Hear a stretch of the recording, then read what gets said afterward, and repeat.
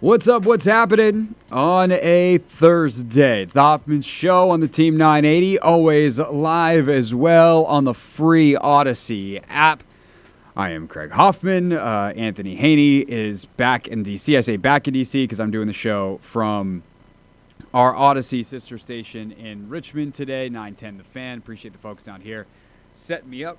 Got some stuff going on down here in Central Virginia, and, so here I am. Down here in a studio, and luckily, Anthony, we're a very large company, and we have studios all these places. I keep trying to get away, like I gotta go somewhere. It's like, we have studios there. I guess I'll just do the show. So here I am doing the show. We are streaming live on YouTube today as well, youtube.com/@theteam980. So you can still watch the show as usual if that is something you are into.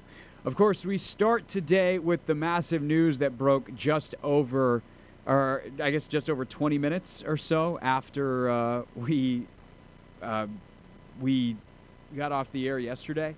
I actually got a tweet, Anthony, because remember when Tommy Shepard got fired?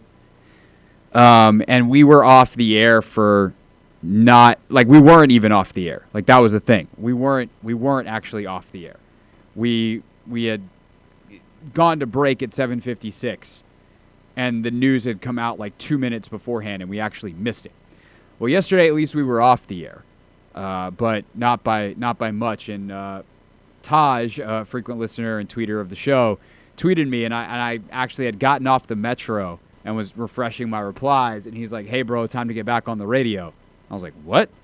And that was when I saw the Woj tweet that the Wizards have hired Michael Winger, at which point I started texting people and sending emails and all the bit and going, who the hell is Michael Winger? Turns out he's a very, very smart man. Michael Winger has spent the last couple of years as the number 2 in L.A., and I actually really like him specifically for this role because he understands this role. He understands what it means to be a number 2, and ultimately then what it means to be a number 1. The number 1 here is going to be different. His job is not just to work with the Wizards. Obviously, that's the thing that's ultimately going to determine whether or not he's successful. He could win the next 3 championships with the Mystics and 2 with the Go-Go, and if the Wizards are still in the same spot they are, Michael Winger is going to get fired. That is the nature of these things. But he is someone who has worked under, as a GM, a position he's going to hire for under Lawrence Frank in LA. And Lawrence Frank was that president of basketball operations title who ran things in LA as the lead executive, was certainly the one most responsible for the moves, but obviously did so in kind of I would say not a non-traditional, because, even if a team only has a GM, they don't have this president of basketball operations title type thing, they would still have an assistant GM, right? So it's not like there's no precedent for having a collaboration, but he's worked in a similar situation where you have this collaborative nature, and that, I think, is ultimately a good thing. Also, by the way, Lawrence Frank says in a statement that was released just a little bit before the show from the Clippers, of course, the Wizards have officially announced this, so that was kind of what I guess the Clippers were waiting for. But, quote, "This is a tremendous opportunity for Michael, who could not be more deserving. From the day Michael walked into our facility in 2017, he touched every corner of the organization, helping lay the groundwork for our present and future. Michael is one of the NBA's brightest team builders, a strategic and creative thinker who is always a step ahead. We benefited greatly from his expertise and leadership, and we're thrilled that the Wizards recognize his extraordinary talent, and we wish him the best in Washington." Lawrence Frank, president of basketball operations of the Clippers. Someone who's clearly highly respected, and we'll get a lot more insight on him as the day goes. Noah Eagle, who is the play-by-play announcer for the Clippers the last couple of years, he is going to join us coming up at 4:30. But in talking to some folks around the league and everything and getting kind of an insight, this guy is seen as incredibly, incredibly smart with the salary cap, which is critically important at this juncture of Wizards history. This is a team that is in a very, very tight cap situation still. Tommy Shepard will forever get the credit for helping them get out from underneath the John Wall contract. And, I know a lot of people don't like Tommy and don't want to give him credit for anything, but you got to realize how bad the roster was when he got here, and how it wasn't even that they built such a terrible roster. It's like they built something around John and Brad, and then John got hurt again, and all of a sudden was never going to play for this organization again. And they had signed him to the most significant contract in the NBA at the time. Like, that's a bad situation. And so Tommy helped undo that. Of course, he gets them right back in that situation by signing on to all the things that they did with Bradley Beal, as opposed to protesting or even resigning over giving Brad something that was very silly. And it became even sillier when they did the thing that, frankly, a lot of organizations would do and give him the contract, but it became something that was wholly unique in its lack of strategic thinking. I'm trying to say this as nicely as possible, by giving him the no-trade clause. And once that happened, like, there was no way forward, or very limited ways forward. And so having someone who knows how to manipulate the cap, understands exactly where the rules are and where there are opportunities to take advantage is extremely important. He's also someone who gets the human side of it. There's a bite we're going to play for you. Anthony, do we have it ready now? The one with Rachel Nichols from the panel a couple of years ago. If not, I was planning on playing it in the next segment, but I actually think it might fit here now. But Winger was talking at a Clipper season ticket holder event a couple of years ago, and was basically asked about some deals that they had made. He had traded Tobias Harris and Boban Marjanovic, two of the most beloved players in LA with the Clippers, to Philadelphia. And they were like, wow, are we really going to do this? Like, and they had to have really tough conversations, but make those types of decisions. And I see, in hearing him talk in this clip and seeing how he views basketball as both something that is strategic but something that is human, why someone like Ted Leonsis would be attracted to him as a candidate to run his basketball operation.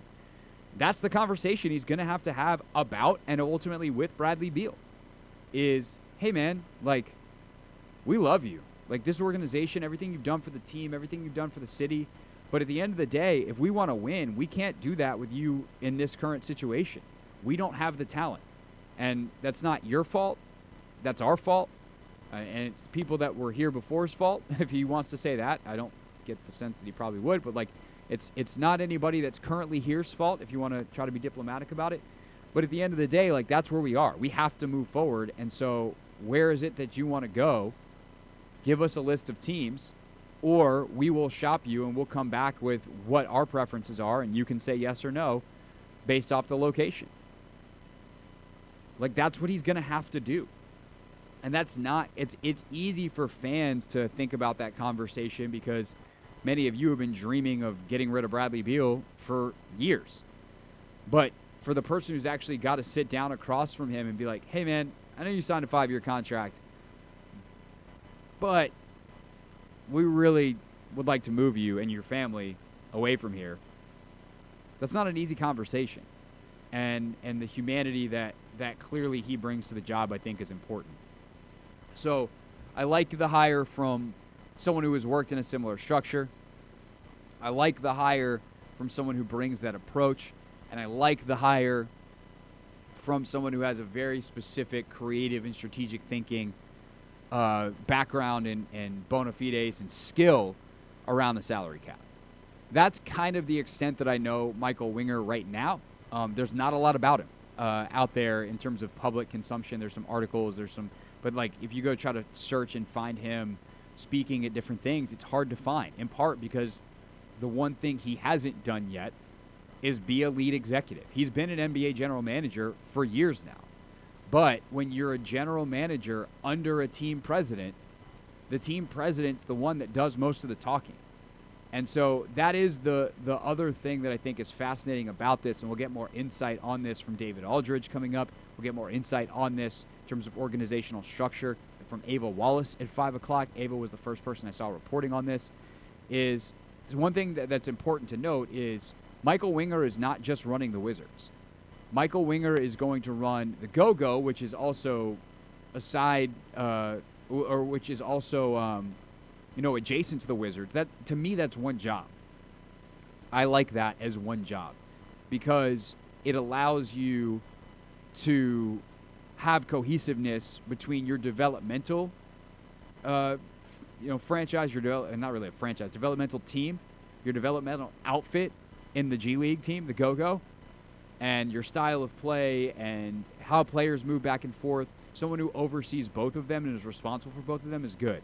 What I honestly don't get as much and don't really, care about as much for Michael Winger is the Mystics. Not because I don't care about the Mystics, I do tremendously, but because they have nothing to do with the Wizards, and except for a share of some marketing materials and resources, which is good, and they share an owner, which is, good or bad depending on the day.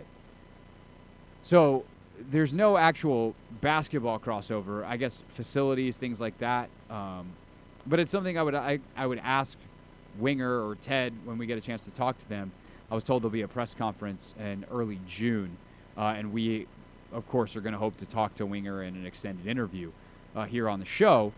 But I would be curious, why include all three teams as the president of Monumental Basketball, which is what this title is, versus, say, what is going on in L.A., where Lawrence Frank was the head of the Clippers, and that was the extent of the job. Now, the last part of this that I thought was interesting, and I don't know whether this is an accident or on purpose, but in the press release from the Wizards, bolded at the bottom of Winger's resume was he played a key role in helping build the practice facility that the Clippers are opening next year. Now, the Wizards have relatively recently, opened their practice facility out in Anacostia, but it was really interesting reading the kind of executive confidential, if you will, piece that David Aldridge and Josh Robbins did a couple weeks ago in The Athletic. They talked to a bunch of administrators and executives around the league about the Wizards' job. And one of the refrains was, I would like to see them get an upgrade in their facilities. I do wonder if that's going to be a big part of Michael Winger's job. We've obviously talked about the facility stuff a ton with the Commanders, but do we now see an upgrade or even potentially new facilities, whether it's within some of the existing space? There's a ton of land out there. Do they build on? Do they bring the team back more to Capital One Arena where they used to do a lot of their stuff? So that is something that is certainly on the very long list of questions that we have for Michael Winger, for Ted Leonsis, when ultimately they take their turn answering them. But next, let's get to more immediate things with this. Now that we know who the lead executive is, what are the biggest questions facing the Washington Wizards this offseason? Then we'll be joined by David Aldridge, the Hall of Famer, at 4:30. It's the Hoffman Show on the Team 980 and always live on the free Odyssey app.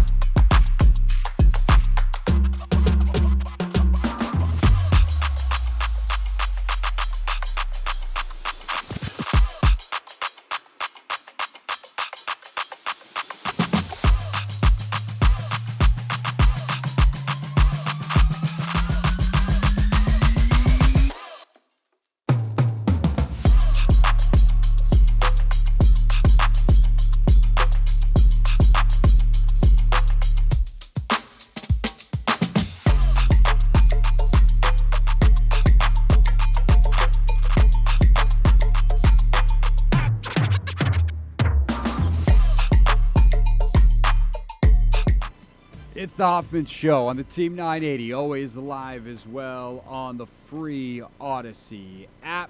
Hope you are having a fantastic Thursday. Anthony, we finally made it to Thursday. We had those days earlier in the week where I even tweeted out that clip when I was like, it's what day?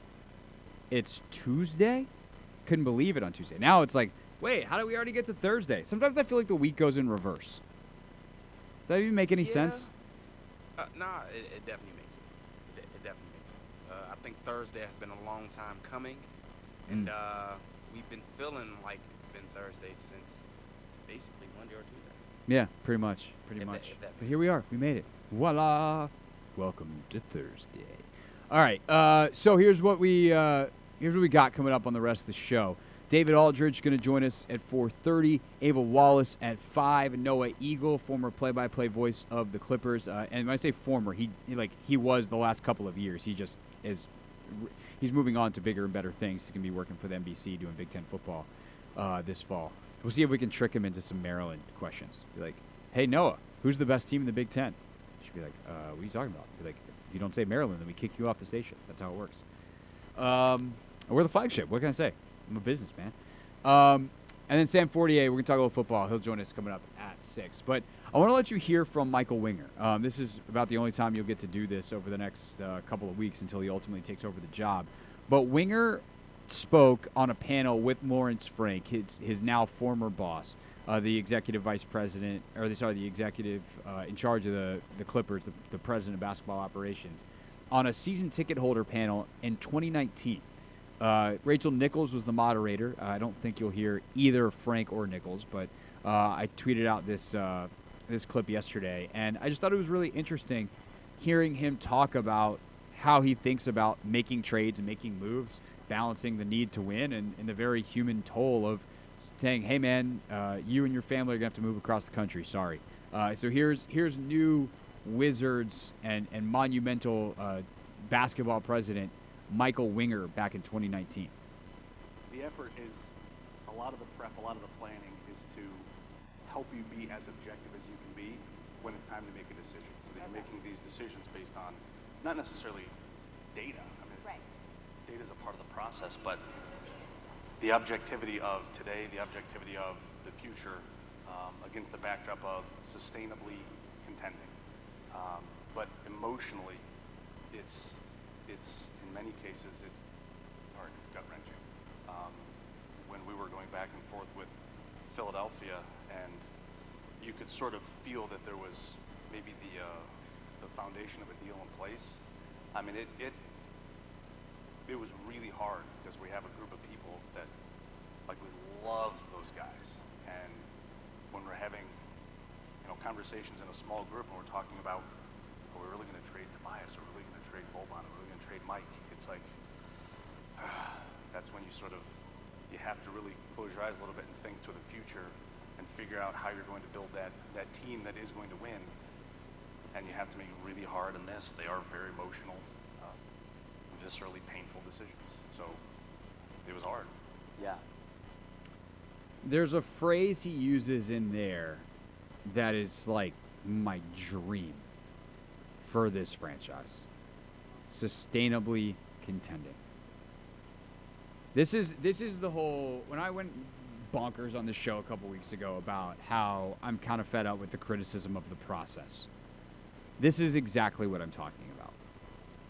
The Philadelphia 76ers, the Los Angeles Clippers, the Golden State Warriors, these teams that have somehow figured out how to sustainably contend.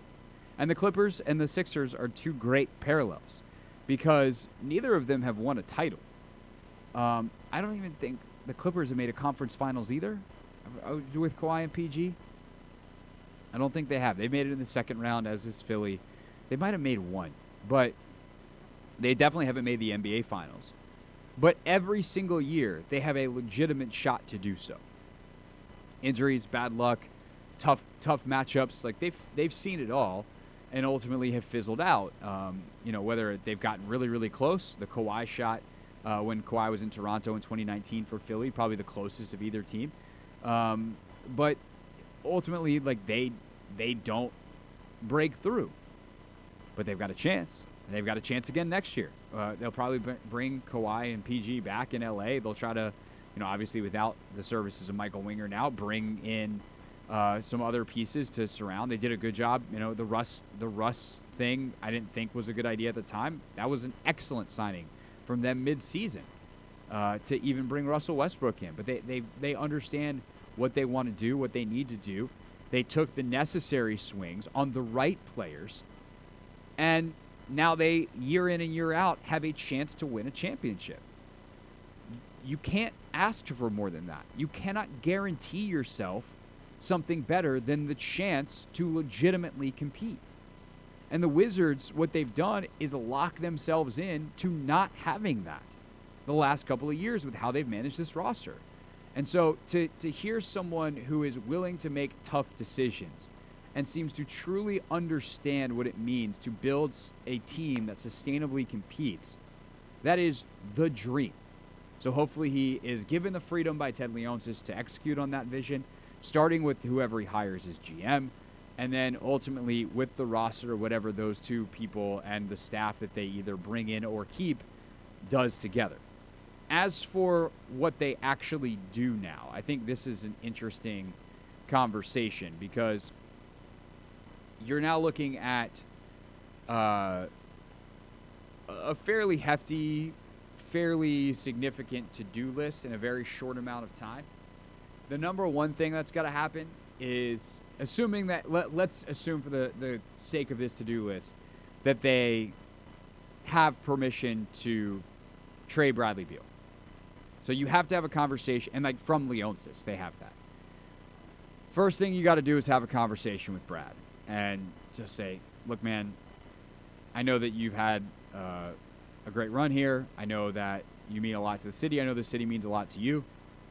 Ted already told me that we're going to retire your number. When you retire, you don't got to worry about your legacy. You don't got to worry about anything. But we can't feasibly build the team we want to build with you here, so we're going to trade you. I assume that's the thing. The only other alternative I could see is them trying to build up his trade value over the course of the first part of the season.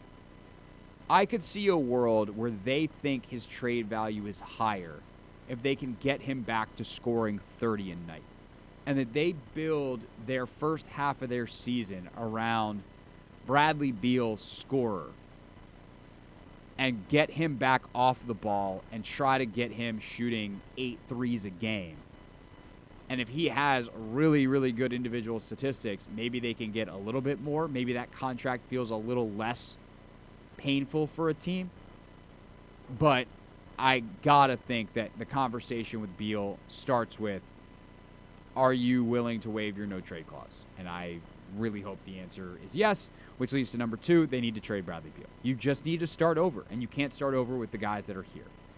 I would explore trade options with Kristaps Porzingis. I think you want to try to explore sign-in trades with Kuzma. Hey, man, any chance you can do us a favor on the way out? If you find a team that needs to ship back some pieces and shed some salary, we can work with that. Let us know.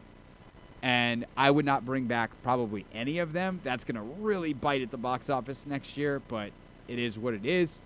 I could also see an argument for keeping Porzingis around, especially because he's such a pro's pro. He really had a great impact on some of their young players last year. And if you look at him and you go, look, man, come back. We'll trade you at the deadline. But we're gonna feature you at the beginning of the year, and we like having you here. I could see having a conversation like that with Porzingis. He's got a decision to make, obviously, player option or opt out, and he's in control of that. Kuzma, free agent, been over that a million times. The next thing is you got to figure out who you really want to keep, who's a part of your future. You have the number 8 pick in this draft. You have Denny Avdia. You have Johnny Davis. I think you make a move to potentially trade DeLon Wright. That could be a sneaky, really good move for a contender to bring in one of the best defensive point guards in the league. But if you're Michael Winger and whoever he hires as GM, in my opinion, stripping this thing down for parts. Whatever you can get in return value, you get. And if you have to attach a DeLon Wright to Bradley Beal to make that more appealing to the team that you're trading him for because of Brad's contract, you do those kinds of things. But to me, like, those are the kinds of things that you're looking at. And what's really kind of sad is when I go through that exercise myself, there's no one on the roster that's untouchable. They don't have a single guy who I'm like, nah, I don't trade him. That's a mistake. But that's the reality of where we are right now with the Washington Wizards. What does David Aldridge think? That is certainly a question I ask myself often when it comes to basketball. What would DA do? Well, I don't have to hypothesize, because DA, the Hall of Famer, joins us next here on the Hoffman Show on the Team 980 and always live on the free Odyssey app.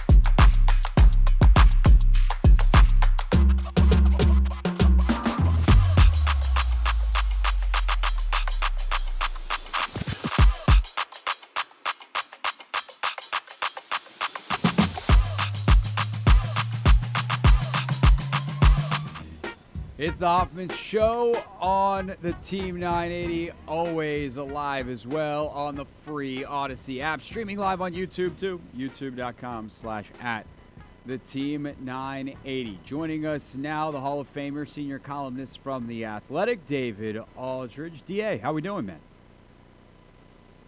I'm good, Craig. How are you?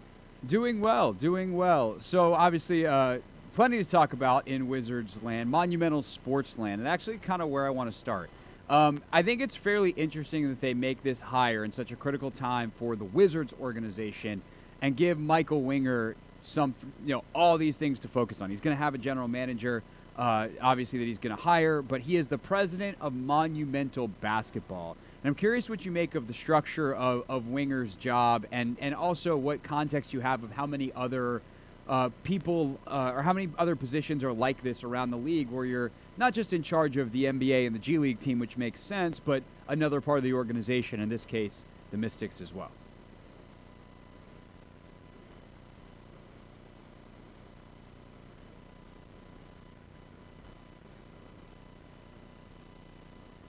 Ant, did we lose DA there?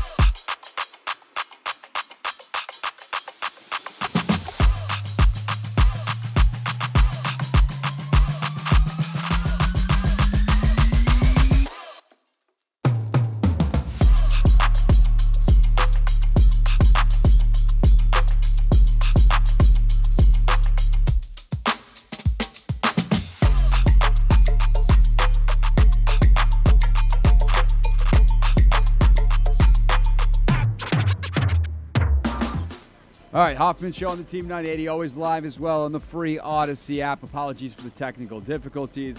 Broadcasting live from our sister station in Richmond today. We lost the connection real quick, but happy to be back. David Aldridge is still with us. David, I won't repeat the giant wind-up to the question, but the basic the basic of it, of course, being what do you make of the structure of the job that they hired Michael Winger to do, the president of not just the Wizards, but of Monumental Basketball, and how many other folks in the NBA are doing similar type of jobs? I'm not sure that there are a lot of people who oversee both an NBA and a WNBA team. I'm going to be honest with you on this. I think that, I don't know that Winger to oversee with the Mystics. I mean, Mike Sure. Tebow is one of the all-time best people in the history of that sport, of that league, in terms of knowing the game, knowing the league, knowing the players. Don't think he needs a whole lot of help from Michael Winger on that. So No doubt. and that team is pretty compete for a championship this year. So, while technically, yes, he will have to get budgets approved and stuff like that, I can't imagine that's going to be something that's going to cause a lot of angst between the two of them and the rest of the Mystics organization. So it's a title. I think you may have to give the guy a title to get him out of what was a very well-paying job with the Clippers and get him out from under Steve Ballmer, who obviously has quite a bit of resources. So you may have had to give him things that the Clippers couldn't offer, and obviously the Clippers don't have a WNBA. The Sparks are under the Lakers umbrella. So, that I think that's just kind of a honorific. I think it's more about him being in charge of the Wizards. Yeah, definitely. And as I said earlier in the show, if the Mystics win the next 3 WNBA titles and the Wizards are still winning 38 games, Michael Winger's not going to have a job anymore. That's just how this is. All due respect to what the Tebows are doing with the Mystics, but that's kind of the point. Is like they've got that thing under control. It's just the Wizards just never do anything like everybody else, and I thought that was interesting. As for the guy they hired, though, it seems like he is a fantastic hire from everything I've heard so far. What do you know about Michael Winger and kind of what his role was in LA working with Lawrence Frank? Well, the first thing is that he is a very smart guy by all accounts. Really, really creative in terms of putting together potential deals and negotiating like that. But his background is not as a kind of basketball guy as I think most people would, kind of think of that title. He's not a guy that's going to be doing a ton of scouting. He looks at tape and things like that, so it's not like he has no knowledge about players and things like that. But his strength is not in terms of scouting or things like that GMs tend to be associated with. He is an analytics guy. He is a lawyer, with a lot of basketball knowledge, but that's his background. He's a big picture guy in terms of organizational structure where everything kind of works together fairly harmoniously. The Clippers, again, are owned by Steve Ballmer. That is a big, big job to be working to trying to make Steve Ballmer's companies successful and making him happy. And I think Michael Winger did a good job with that, along with Lawrence Frank, of putting together a pretty good Clippers team. They haven't won a championship, and they were built to win a championship, but I think fairness dictates that you explain that, Kawhi Leonard's unavailability has been a big part of that. Paul George's unavailability has been a big part of why they haven't broken through. Their two superstar players have been injured a lot the last 4 years. You can't count on that. But everything else has run pretty well with the Clippers, and I think their hope is that, he can bring some of that structural competence to the Wizards while also working well with the basketball guy the way he worked with Lawrence Frank, who is the basketball kind of guy in the Clippers front office at the senior level. And they put a pretty good team around Paul George and Kawhi Leonard. So they're hoping that when Winger makes the hire here, he can have a similar kind of synergy with whoever he brings in to do the scouting, basketball kind of evaluation piece of it, and they can put a pretty good team together here. David Aldridge, senior columnist from The Athletic with us, of course, Basketball Hall of Famer here on the Team 980. And yeah, David, like you said, Lawrence Frank is a basketball guy. For those that don't know, former NBA coach and a pretty darn good one, who makes the move into the front office. So it would make sense that now Winger is going to look for a general manager that is something like that in terms of being a basketball guy, not necessarily a former coach, but who knows. Where does that leave the list of candidates if you were to try to make an early list of either specific names, if you've heard anything, or the profile of who might be up for that job? And then how do they kind of split the power dynamics and the responsibilities between the two of them? Look, I think you're certainly going to be looking at people that are in front offices right now. Maybe they don't have the title of general manager, but they certainly are in that space. I'll just give you a name of a type of a guy I would like to think he would look at. A guy like Jeff Peterson, who's a local guy, and of course went to the most successful high school in the history of the United States, the Math Catholic High School, and is the assistant GM of the Nets right now, and is a very, very an up-and-coming, very highly thought of young executive in the NBA that certainly has had successes and failures like everything else, and the Nets have been an interesting group to say the least the last few years. But Jeff Peterson is a guy that's been in that world of acquisition of superstar level players, knows what that is like as an organization, the things that you have to do to make yourself appealing to superstars that want to play for you, but also has been part of a rebuild, kind of rebuilding on the fly as they've had 6 months with the trades of Durant and with Kyrie, and kind of rebuilding the thing and trying to rebuild on the fly. So he's got different experiences and skill sets. That's just one name. Mark Eversley is a very smart guy as well. Is currently in Chicago.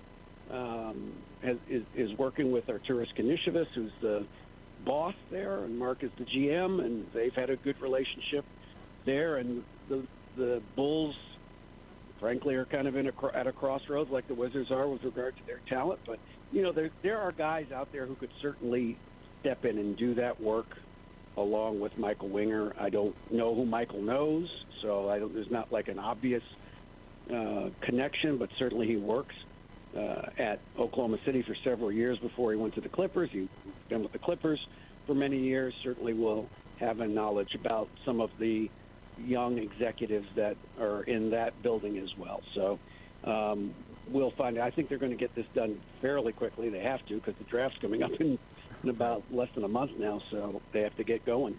No doubt. What about some of the folks here? It was such an interesting front office because I do know like there's some pretty young, smart people that have been working in the Wizards front office, a lot of whom disagreed with a lot of the things that happened, the major decisions, let's call them, of what happened that perhaps were, or in some cases definitely were ownership driven.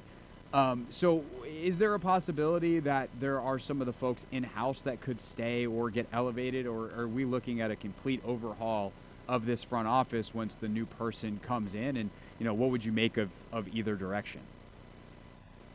I mean, obviously we don't know what Michael Winger is going to do. He hasn't gotten on the ground yet, so I don't know if he's going to say I got to clean house and start over.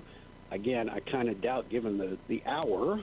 We're less than a month before a fairly important draft for this basketball team. So I can't imagine come in and fire everybody that's been working on the draft for the Washington Wizards for the last 9 months, plus getting ready and putting things out. I think you're just going to come in and get through this draft as quickly as you can, and then maybe spend the next year assessing the various people in the front office and the organization. The Wizards obviously kind of put some resources into analytics, more into analytics in the last few years. We know that Brett Greenberg is there, and they've hired some other people at fairly large amounts of money to kind of bolster their analytics a little bit. So they've got people in place to do that. I would imagine there would be some synergy there, but everybody has to work with people that they feel comfortable with, or that they know, or they feel good about. And so the Wizards have very, very smart people in that space. Are they going to be part of a new regime, or are they going to be replaced? I can't say. But Kathy Evans is pretty smart. I'll just put it that way. Kathy Evans is pretty smart. She's pretty good at this, at number crunching. So I would be surprised if they couldn't find a way for that to work together. Right, and that's just, I think, the point to be made, right, is that just because this front office has done some incredibly mind-numbing things over the last couple of years doesn't mean that they all did it holding hands, hunky-dory, happy about it. There are voices of dissent. I would say they were typically pretty good about keeping that relatively in-house, but if you know the right people and who to talk to, there's certainly some folks over there that did just as much head-scratching as the rest of us around certain decisions that have been made over the last couple of years.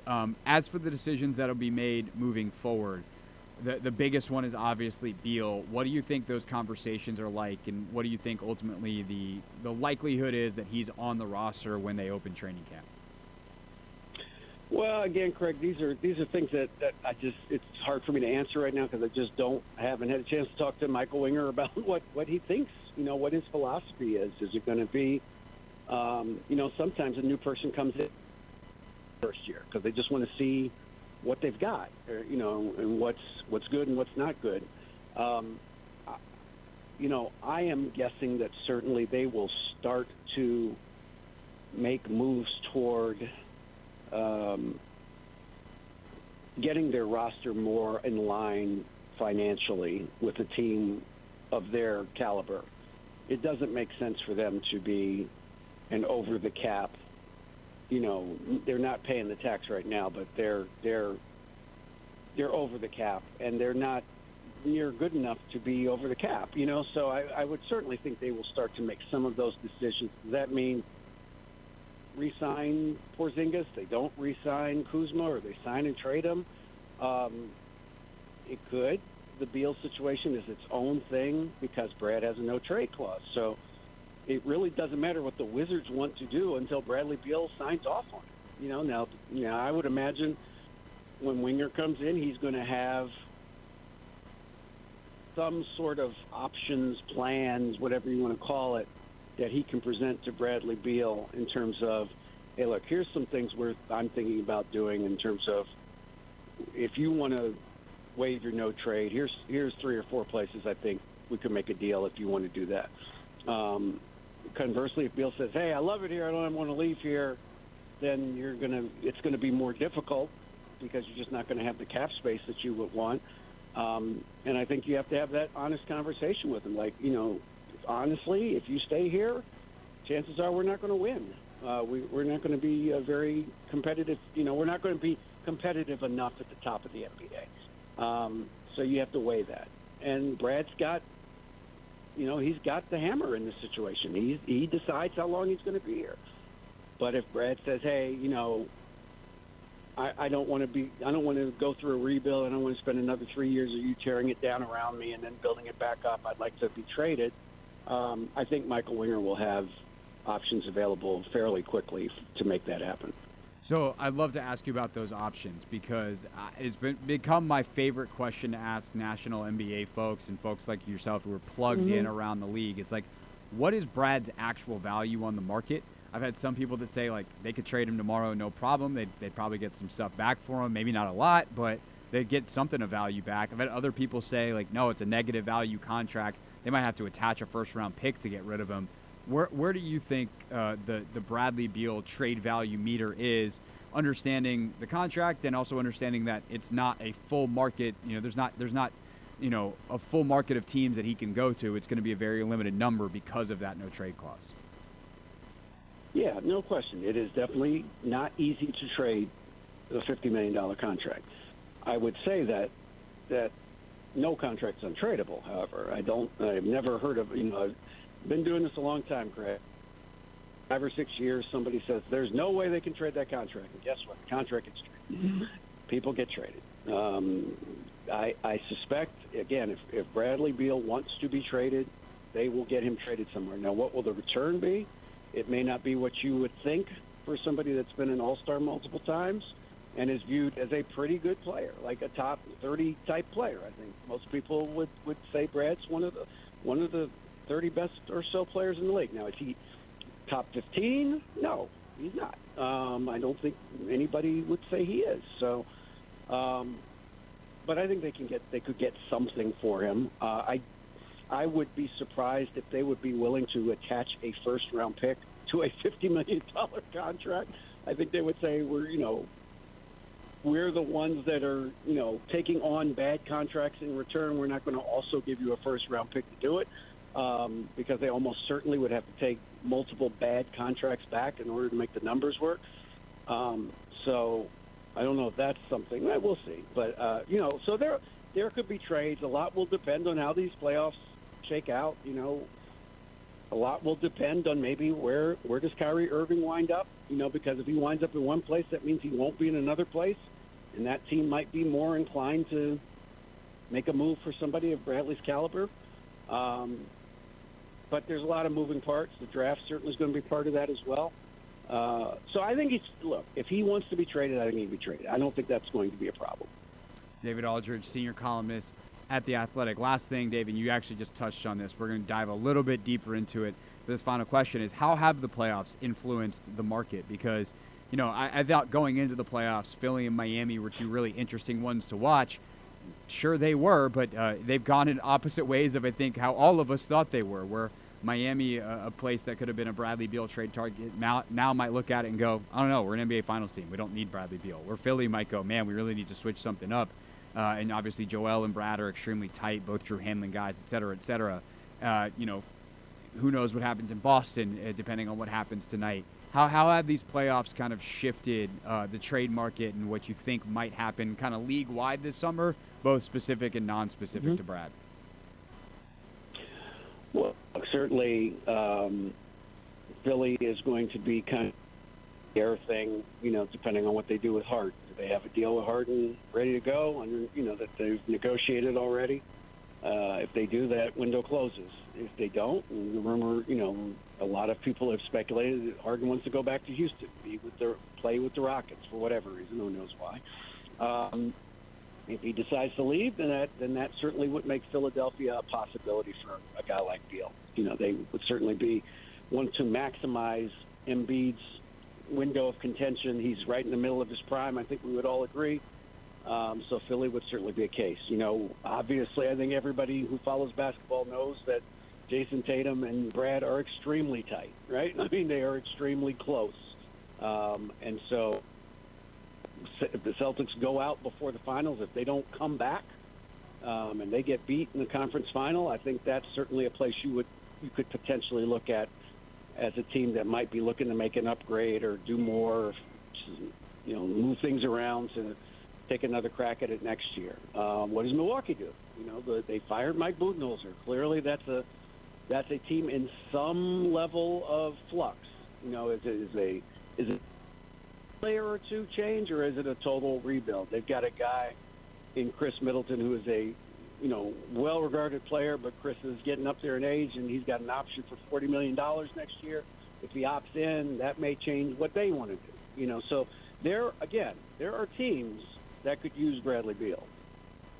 There's no teams out there that could use him. They could use him at $50 million if they think he can be a valuable second, maybe third option on a championship-level team. I mean, he's not what people in Washington think of Bradley Beal is not what people around the league think of Bradley Beal. I'll just put it that way. I think most people around the league think Bradley Beal's a pretty damn good player.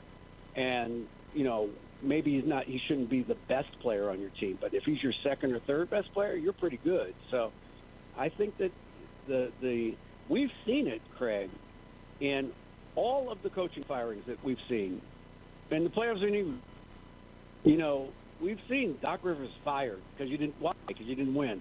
Monty Williams fired. Why? Because you didn't win. Budenholzer fired. Why? Because you didn't win. Nick Nurse fired. Why? Because you didn't win. And so that is certainly it's certainly the pressure to win is getting worse in this league. It's not getting better. So teams are going to be increasingly desperate to do things to build championship-level teams. And from that standpoint, that's why I don't think if there are teams, it only takes one that thinks, hey, Bradley Beal could help us in a different role, in a different organization. He can get traded this summer. I don't think there's any question about that. Yeah, no doubt about it. David Aldridge, senior columnist at The Athletic, Basketball Hall of Famer. Always appreciate your time, sir. Thank you so much, and have a great weekend. Okay, Craig, my pleasure, sir. David Aldridge, everybody, with us here on the Team 980. We get back. Time for Not My Beat. More on the Michael Winger hire with the Washington Post's Ava Wallace.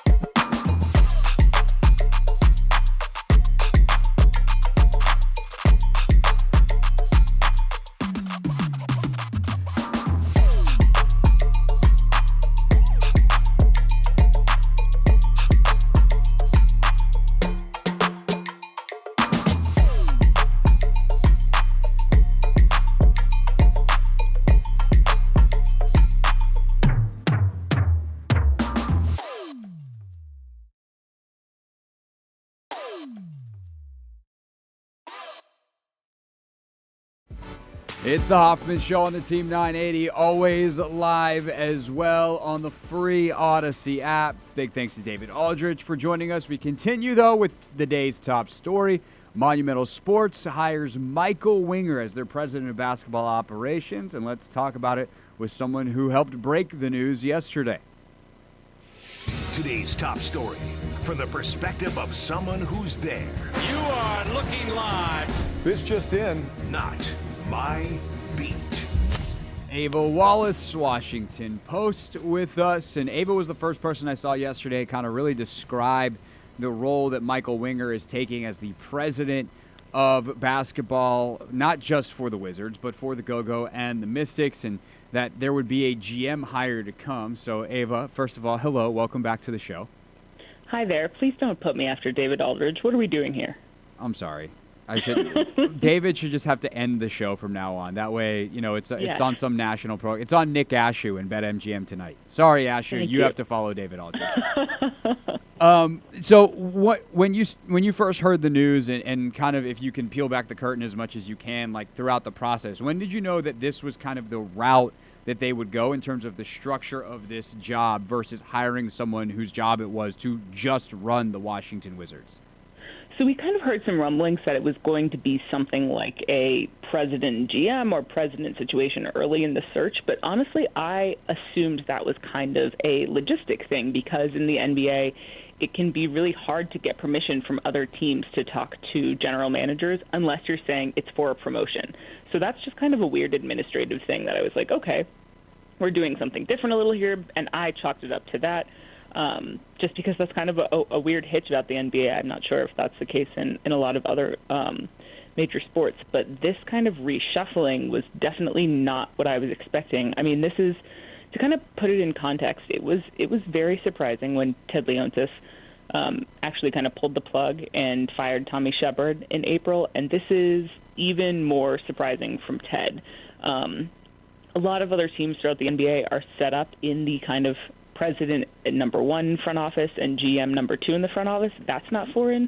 But the fact that he's bringing someone to kind of come in, assess the organization, make what sounds like broad changes, that's, I think a lot of fans would say that's very long overdue and was not what I was expecting from Ted Leonsis. For sure. When you say broad changes, I certainly know what comes to mind for me and I think most fans, but what do you mean by that?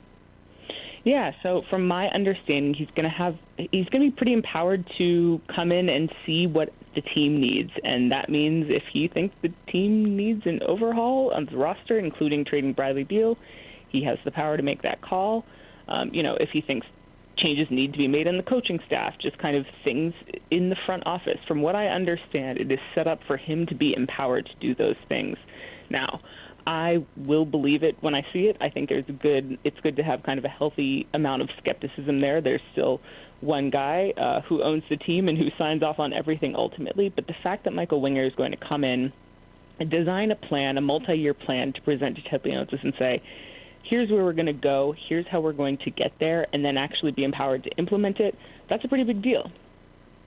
Yeah, definitely. In some ways, it reminds me, this is going to terrify listeners. So listeners, I'm so sorry for making this comparison because the way this has planned or, kind of gone over the last, 4 years, 3.5 years, has not been how people wanted it to. But it kind of reminds me of when Ron Rivera took over for the Commanders. And he was basically like, you have the blank slate.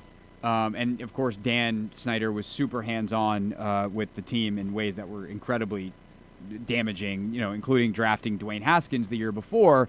And Ron was basically told, like, yeah, if you come in and you assess the situation and you don't think Dwayne's the guy, we'll move on.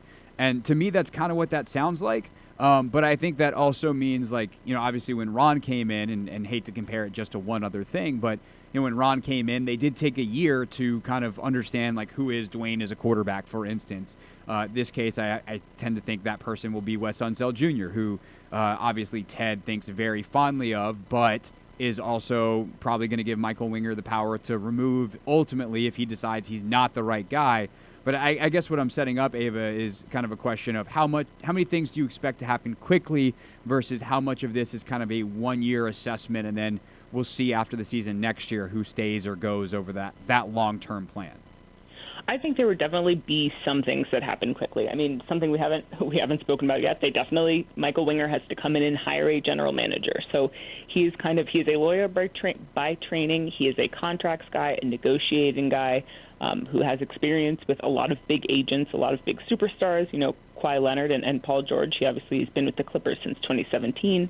So he's going to come in and hire a general manager. What I expect to be someone who is a little bit more of an on-court mind, someone whose strength lies in talent evaluation. So that's going to be the first big change, and that is a huge change. The roster overhaul is going to come, but so I think it's going to be some kind. Sorry, let me be very clear. The roster overhaul could come, but if that's a change, that would come quickly this off season. You've got Kristaps Porzingis and Kyle Kuzma, who are headed for free agency and everything like that. But so there's going to be kind of a rash of quick changes for sure. That's going to feel really big. And then I do think you would see over time some of those maybe organizational changes coming. And why I say that is because from what I reported last night, he's going to, and again, these are promises, and I'm interested to see how they play out in real life, but he's been promised time to kind of make decisions, implement some changes, and see them through. So I expect that to mean long-term changes for him to be able to try some things out and see what happens, something like that. So definitely at the beginning, a rash of changes, and then expect some things to trickle on down the line. Ava Wallace, Washington Post, with us today for Not My Beat. Something you and I talked about, I don't remember if it was the day or a couple days after, whenever you were on post Tommy's firing, was how the organizational structure could change. And that's kind of what we're talking about here, right? Is like we're talking about big picture organizational things. And what kind of changes do you expect there in terms of how some of the organization has been siloed the past couple of years to come together under Winger, and how could the way this role was designed, someone being in charge of not just the Wizards but monumental basketball, help aid some of those changes that I think most people that are around or that have been around and inside that organization, especially at junior levels, thought needed to change? Yeah, so this is the part that's actually really interesting to me. When I mentioned earlier that it's pretty commonplace for an NBA front office to be set up with a president who's number one in the front office and a GM who's number two, it is not common to have that president also overseeing the organization's WNBA team and also have them overseeing the go-go. So that I'm actually really interested to see how that plays out. Sashi Brown had that role back in 2019. And now he wasn't, a basketball guy. He was coming in a guy who had smart ideas about sports organizations. That's what Ted Leonsis liked about him. For me, I'm really interested that someone's role would be to kind of create a big picture plan for the Wizards, and also in the summer be worrying about the health, and during the winter be worried about the contracts of a WNBA team. That's unusual, and so I'm just interested to see how it works, because we don't see it throughout the NBA, and it's kind of like I'm wondering how much of that on paper is going to happen, and in 6 months I'd be really interested to talk to people at Monumental and say, hey, is this a role someone is able to really get his hands on all three of these teams and actually make meaningful impact and help meaningfully. So that's something that I just am not really sure how that's going to look practically yet. I haven't talked to too many people from Monumental yet to see if they're, excited at the prospect of someone coming in who's worried about the Wizards and also worried about the NBA or WNBA, who can kind of make some of those changes. But that is worth noting that that's a little bit of a different setup as far as the NBA goes. Yeah, I do think that, for one, on the Mystics side of it, like, I hate to have to say this, but realistically, I like having someone who's more powerful than Mike Thibault as he employs his son as a nepotism check.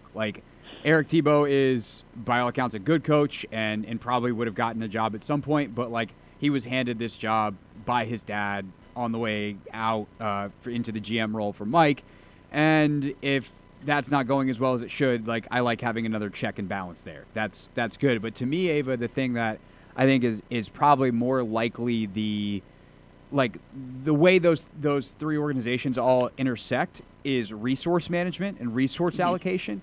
And I did find it interesting, and I don't know whether this was just a random typo or something I caught, But in the press release, there was one line that I saw that was bolded, and it was, Winger helped oversee the construction of the new practice facility that the Clippers will open in 2024. And I was like, oh, they really wanted to make sure that line got in there, huh?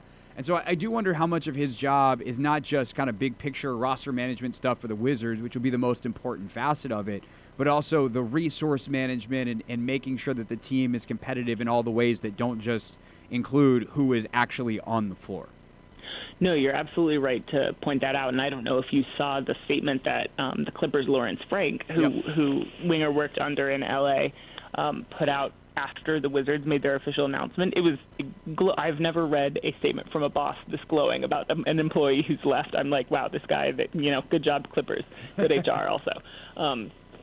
But that's something that I think really attracted Leonsis to Winger, is that he has kind of this broad base of knowledge. You talk about being able to help open that huge practice facility that Steve Ballmer's been kind of touting for years now, the one where there's like something like 1,000 toilets or whatever in there.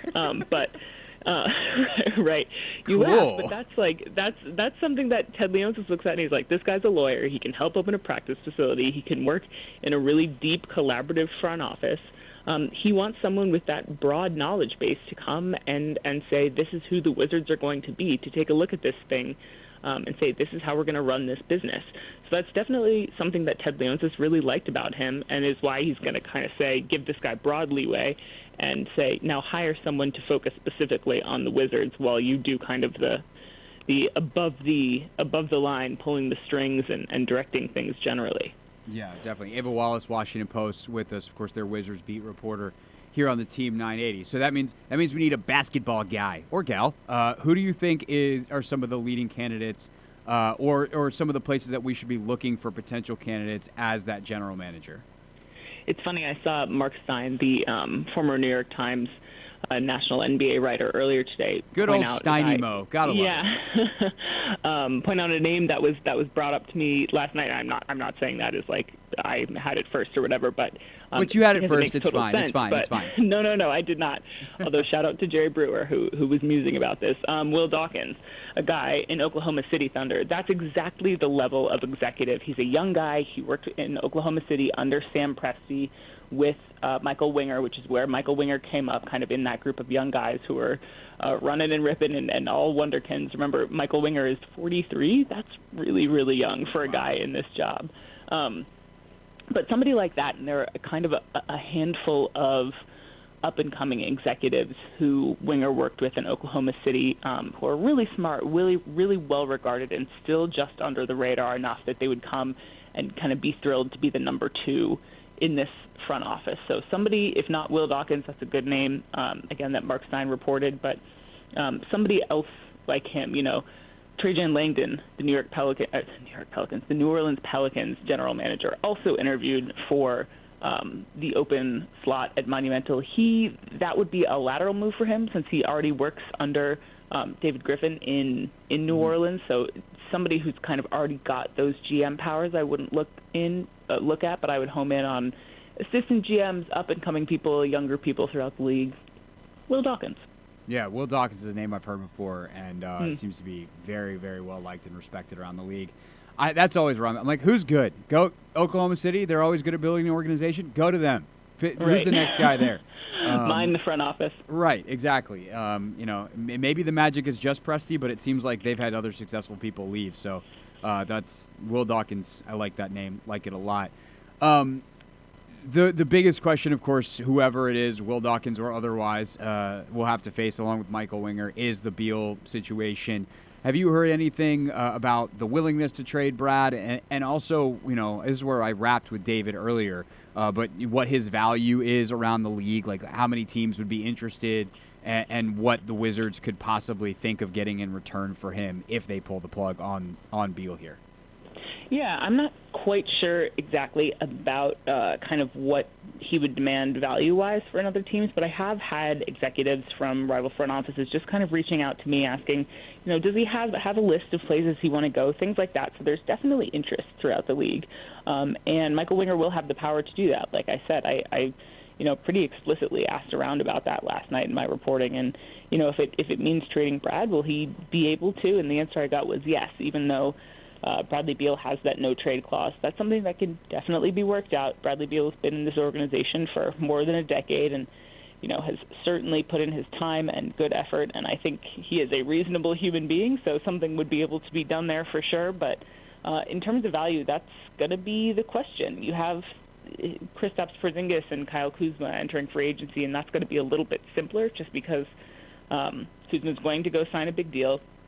Kristaps Porzingis has a player option, so that's kind of a little for only $36 million. That's way less of a cap hit, way cleaner situation. But Bradley Beal is going to be the one that he has to solve first, for sure. No doubt. And the question then I have is, like, we actually talk about basketball. I know, crazy concept. Is like, what should this roster look like next year? Because as I was kind of doing the exercise in preparation for the show of, okay, what do they do with this guy? What do they do with that guy? There is no one on this roster, Ava, that I'm like, they've got to keep that guy. And that is a really bad place to be in the NBA, where you literally have no one who you would consider untouchable for basketball reasons. Do you agree with that assessment? Or like, and what's kind of and best is a relative term here, not necessarily most competitive wins the most games, but like, what's the best version of the Wizards roster next year that has an eye on being competitive for championships in the future? That is the number one question, right? I think the Wizards do have some really good, exciting young players that can be kind of building pieces or pieces that are at least helpful if you want to take the roster in the direction of we're going young, we're going fresh, we're going new.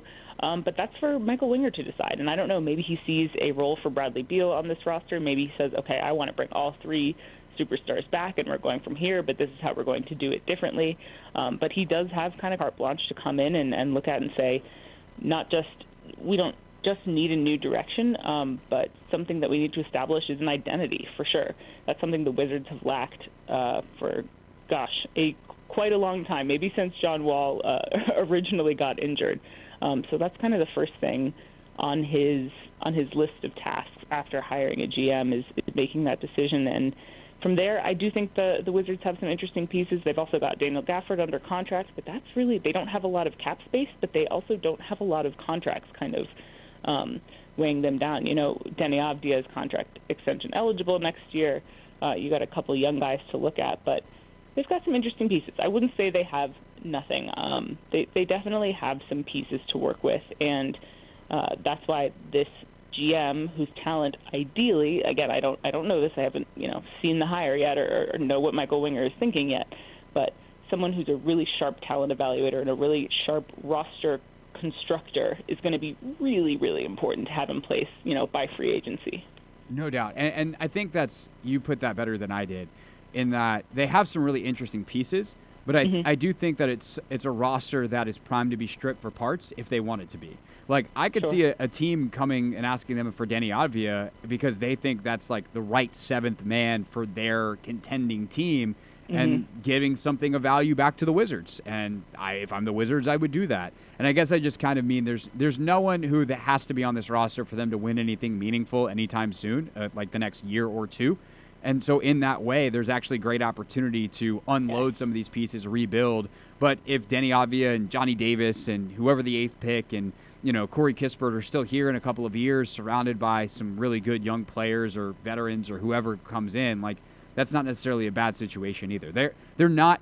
Beal's the big one that like is the gigantic, kind of block in the cogs moving. But they do have some really intriguing either as players or as trade chips pieces that I think other teams would value. Yeah, no, that's exactly right. And keep in mind, it matters that whatever the Wizards did last year. In their record, they had a really good locker room. Like Corey Kispert is a young vet, basically, and I know I sound like I'm doing coach speak, but he's someone who's works really hard. He holds himself accountable. He goes out and produces night in and night out. Just because he's young and he's not a star doesn't mean he's not a really good NBA pro basketball player. So I totally agree with that assessment. Yeah, and I loved what Corey said at the end of the year, and apparently from what I heard from some folks who worked over there, like, they also liked what he said when he talked about not having an identity, and that kind of, in some ways, was the last straw with Tommy was, as they had their offseason conversations about like who are we as a team, no one could really come up with an answer. And so, Ava, I'll leave you with this question: is this something where, and I realize I guess this is unfair to ask you at this point because we'll probably be asking Michael Winger at the press conference in a couple weeks, whenever that is, but. Like, is it on Wes Unseld Jr. to come up with an identity and Michael Winger to empower him? Is it on Winger and the GM to come up with the identity and Unseld to implement it? How do they go about ultimately answering that question of who are the Washington Wizards as a basketball team? I think it's got to be a collaborative effort, and that's something that Michael Winger is going to be very comfortable with, coming from the really deep collaborative front office at the LA Clippers. But listen, if he looks around and says, I want Wes Unseld Jr. to return for a third season, be my coach, you're not then saying, here's the direction, Wes, here's how you have to coach to it. You understand his strengths. Say, I like his style of player, I like how he, teaches defense and talks to his guys and everything like that, and you work with him to maximize his strengths. That's what this has got to be about. If you're going to have this many hands in the pot, where you have one guy directing the path forward, one guy constructing the roster, one guy coaching, everybody's got to be on the same page or else it's not going to work. You kind of saw that happen where Sashi Brown left the organization, Tommy Shepard got the promotion. It was a lot of organizational, I would say, unexpected changes that weren't laid out when Ted Leonsis made Tommy Shepard the GM and announced this kind of monumental basketball structure in 2019. So for a structure like this to work, everyone's got to be working together. So I think that's definitely a decision that you say, okay, I've got the power here. If I'm deciding to keep you, you're going to be my guy, and we're going to go in this hand in hand. No doubt. Ava Wallace, you can read her reporting, WashingtonPost.com/sports. Ava, this was great, as you always are on the show, and I'm sure we will talk to you soon once there's a GM in place and we get to actually talk to Michael Winger. Sounds good. Thanks, buddy. All right, see you, Ava. Ava Wallace with us here on the Hoffman Show. When we get back, my good buddy Noah Eagle, who was the radio play-by-play voice of the Clippers the last couple of seasons. He's on to NBC, but he'll put his Clippers hat on for us one more time, give us a little more insight on Michael Winger and how that front office ran. Noah Eagle next here on the Team 980.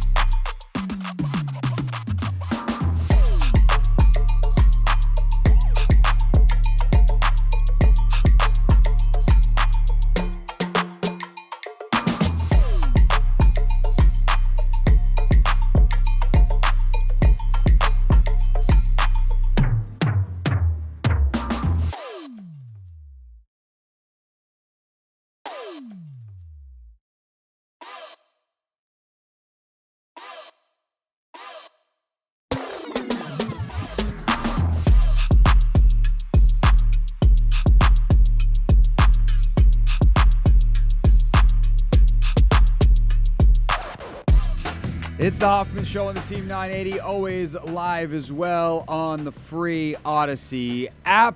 I'm Craig Hoffman, of course, host of the show. You can watch it on the Team 980's YouTube page where we stream live every day as well. Pleasure now to welcome in my good buddy Noah Eagle, who I've known since he was a student at Syracuse University. At the same time, our producer, Anthony Haney, was a student at Syracuse University, and we were trying to figure out in the break, Anthony, did you figure it out? Did you guys know each other in school? We did not. Oh. Whose fault? Noah, who do we blame for that? I typically blame Anthony, but I assume all blame. You know what would happen, Craig? I just figured it out. I was too busy in the gym hearing you go, another one. I just didn't have time, clearly. We did work out one time. We did work out one time when I came back to visit campus. That's a true story. My pecs are still crying. So. You were sore for a couple of days. I do remember that. I think your dad might have been mad at me, but that's fine. All right, so the reason we have Noah on is not to tell good old college stories, but we have Noah on because he was the play-by-play voice on the radio for the Clippers the past couple of years. Of course, our main story today, the hiring of Michael Winger as the chief executive for Monumental Sports. And Noah, you were the first guy I talked to yesterday because I was like, who do I know that worked for the Clippers? Noah! So, Noah, tell us about Michael Winger. Who do the Wizards just hire to be the most important person in their organization? Yeah, I mean, the word that gets tossed around a lot, and not lightly, Craig, is mastermind. You know, I think he's been labeled as somewhat of a master manipulator of the cap in particular. That's where he's got his bread buttered, so to speak. And really, in my 4 years with the team, I got to see him work and just how smart of a guy he is. Intelligent, good people skills, someone who – when he walks in the room, really commands respect. And so not surprising that he was given an opportunity like this. I think in his time with the Clippers, he really took what was available to him and ran. He was with the team since 2017. And in those years, you look at what they've done from 2017 until right now, 2023. They went from Lob City, and he was there for the back end of the Lob City era, into a very short retool because they only missed the playoffs the 1 year in between the 2017-18 season where they won 42 games. They come back to 2018-19 season and win 48 games, completely overachieved with a team that had 0 All-Stars. They had a Six-Man of the Year winner in Lou Williams. Montrezl Harrell was really coming into his own. They had a rookie, Shai Gilgeous-Alexander, which you look back on now and say, oh, they had a superstar on the team. Well, not quite. The kid was 19 and just figuring it out in the NBA, averaged about 10 points per game. But they took that team and then angled it and coupled it into proving that their culture was good enough to lure some superstars in and, of course, make the big trade for Paul George, which acquires Kawhi Leonard right alongside it. And then what I think Michael has done such a great job of, it goes back to his manipulation of the cap, his ability to find diamonds in the rough, both in the draft and in free agency. A guy like Terrence Mann being a second-round pick. So now that's a team-friendly contract that you found, but you found someone who was an impact player right away. Amir Coffey was an undrafted free agent. Then you bring in guys like Nick Batum in free agency, which at the time I think a lot of people said, really, you're gonna go out and sign a guy that couldn't even get on the floor for the Charlotte Hornets, who didn't even sniff the playoffs? Well, he realized that Nick Batum fit the culture that they were looking for, and he got him on a team-friendly deal. I think that's the type of leader and the type of really intelligent leader that you're getting in D.C. So that's really interesting you say that, Noah, and especially the stuff around the draft, because what we've heard so far on the show today is folks talking about how he's not like he's not a basketball guy, like he doesn't know what he's doing. What are they doing? They're dribbling up and down the court. Like, not like that, but he's a lawyer. He's a cap guy. He's much more into that side than the actual scouting. But he does watch tape, obviously. It's just that's Lawrence Frank was kind of the lead guy there. So why is it that you point to Michael in terms of his contributions to that, and how did he work with the scouting departments to make all that stuff come together? Well, it's exactly what you just said, Craig. I think that the biggest thing that stood out with the Clippers front office was how collaborative they were. I mean, he was heavily involved in basketball decisions as well. So you've got Lawrence Frank, who's running the ship. Certainly Jerry West is an analyst, and I know I mentioned Terrence, but Jerry was as big a proponent to draft Terrence Mann as anybody. He loved him in the draft. He believed that he could be someone who's versatile, and he's been proven correct. But Michael is right there in all those conversations, and he's right alongside of them. And I think the other part of it, so even let's just pretend like he's not involved in basketball decisions. Let's pretend that he is this incredible cap guy and that's all he's going to bring. I think he's such a smart guy that he would recognize, even if that's what he was going to do, he'd hire the right people around him that would make those decisions. But that's not who he is. He's all-encompassing, in my opinion. I've had conversations basketball-wise with him, and he's got good knowledge. I mean, he's got good information. He's been around now a number of organizations, whether in Cleveland, Oklahoma City, or the Clippers. He had, as I texted you yesterday, other opportunities in the past to take on bigger roles with other teams, and it actually turned them down to stay with the Clippers. So that means he's excited about this one. That means he sees something within the Wizards organization that he believes he can really take to a different level. And I'm excited for him because I think he deserves it. Just casual. Yeah, as I texted him yesterday, if you want to throw me his number, Noah, I'm sure he won't mind, Just wait for that text. I'll see what I can do. Honestly, I think if I only did 9 incline chest presses instead of 10, we would be in a better spot. Oh, okay. You just can't. You're still sore from 4 years ago. You can't pick up the phone. I see. Yeah, man, that's what it is. I see. Noah Eagles with us now with NBC Sports, but it was with the Clippers as their radio play-by-play man the last 4 years. So it's really interesting, this role that he's taken on. It's this big, giant role, kind of as an overseer.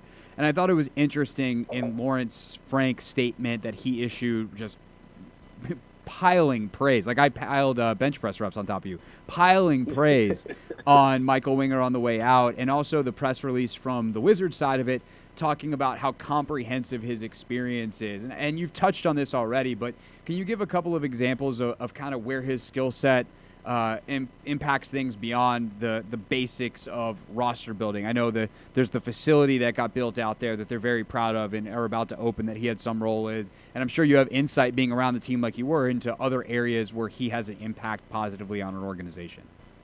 Yeah, I just think in continuing to foster the relationships as well. The biggest thing that stood out with this short playoff run, the 5 games with the Phoenix Suns, was that it was a family environment. All the players had their full families there, and that goes a long way because not every organization does that. But I think Michael was one of the strong proponents of that, and he was somebody who went out of his way to interact with the wives, interact with the parents, interact with the children, whoever it might be. He's got young kids of his own, so I think he can relate to that, to a lot of the players who are in a similar stage of parenthood. I do think that that's a big deal, especially in that role. That was something that I always felt Lawrence Frank, right alongside Michael, was great at, was, okay, not just bringing a player in, but getting to know the player, really understanding where they come from, what makes them tick. And he comes from that same school. He comes from, as mentioned, a couple other organizations that have done the same thing, certainly Oklahoma City high on that list. But I just think that what he's done in that realm, it makes a big difference when free agents are considering between the same deal on the table, essentially, between 2 organizations. When you hear good things about one of them, and you hear from other players in particular that the guy who's at the top of the chain or the top of the food pyramid, he cares to that level, that does really become a separating factor. And then when you add in the fact you can be in the D.C. area in a great city, I just think that it's the perfect storm, and it's the perfect combination for a guy like this to really get hands-on and make it his own along the way. From a basketball standpoint, does he have any guiding ethos, a style of play, a really high preference for certain styles of players or certain skill sets? Like, what can you tell us about Michael Winger's, basketball ethos? Yeah, I think he does look at every situation as unique from the other one and understands that everybody's going to have different resources. Everybody's going to have different capital based on what they've done in the past and deals they've made in the past. But just based on my 4 years here and what the Clippers front office liked more than anything is long, switchable, versatile wings. That's, if you look at the Clippers team over this most recent, let's call it, era of Clippers basketball with Kawhi Leonard and Paul George, it wasn't just getting those 2. It was then getting other wings around them so that they can literally play all the time with just, even if they wanted to, 5 wings. We called it Wingstop in L.A., where if you want, you could get Kawhi and Paul George on the floor with Nick Batum, Marcus Morris, a guy like Robert Covington. At times they had Mo Harkless. And I could go down a long list of long 2-way type of wings. And so that's probably at the forefront, no doubt. but I do think that the NBA is shifting a little bit more because that was during the Warriors run when they were dominating the league. You needed switchability. You needed guys who could play 5 out 5 positions if you're putting Draymond Green at the 5. I do think that the NBA is now starting to shift back towards big men a little bit more. You've got Jokic obviously dominating right now. Joel Embiid just won the MVP. You're having Victor Wembanyama come into the league next year. Chet Holmgren's going to come back from injury. You've got big men now littered around the NBA. So I do think Michael, the one thing that I always noticed about him too, he's adaptable. He's willing to change up and try to at least just adjust to the rest of the NBA. So I'll be curious what his strategy looks like. But from the Clippers' perspective, they have been very much in on the long, athletic, and capable wings on both ends of the floor. Anthony, is it just me, or do the Wizards just have nothing but undersized guards? Yep, sounds about right. Like, I love Jordan Goodwin coming up from the G League. Incredible story. Fights his tail off each and every possession. He's 6 feet tall. Like, Brad's kind of undersized for his position. Kispert's not the biggest dude. Noah, how fast can he get here? I don't know. Listen, I don't know when the plane took off from Atlantic Aviation, but whenever it did, he should be touching down shortly. Excellent, excellent. The collaborative nature you mentioned earlier is kind of the other big thing. Do you have any inklings of guys that he's close to in the league? Obviously like a guy like Will Dawkins at Oklahoma City. I'm curious where he goes with this GM hire that he's now going to make. Do you have any type of, whether it's profile or know that he's close with anybody in the league or from your conversations with him over the last couple of years that might be an interesting name or two to watch? No, I really don't. But I do, like I said earlier, I just think he's such a smart guy, and he's so well connected from so many years now in the NBA that he'll make the right decisions, and he'll probably find some diamonds in the rough. No different than what he did in terms of roster building. I think the Clippers have always done a good job of finding young, emerging, brilliant basketball minds to welcome into the fold, and I do think that part of it is going to be traditional basketball eye test, and part of it is going to be analytics based. I think he's someone who likes to take a little bit of both and incorporate it into decisions. So you're going to have some of the numbers that will guide, and then you're also going to have the traditional basketball purist that can say, hey, no, this guy can just go and he's got that mentality. So whoever it is and whatever the group looks like, I trust him to make the right choice. I just think he's that type of guy, and he's thorough. He's going to do his due diligence ahead of time. He's not just going to say, okay, I got to quickly make this. No, he's going to take the ample amount of time to really make sure he gets it right. But just a great dude overall, and as I said earlier, I'm very happy for him. Yeah, I'm really excited to get to talk to him when he gets here. All right, 2 quick local questions for you, sir, on the way out. 1, what are the chances we're going to see you in D.C. for a Maryland game this year? For those that don't know, Noah is going to be doing the Big Ten on NBC Sports this fall. That was just announced. So, 1, congratulations formally. 2, what are the chances we're going to see you in College Park? Chances are quite high, I would say. Quite high. I don't know if I can disclose which weeks, but I would say that me and Mike Loxley will be speaking quite soon.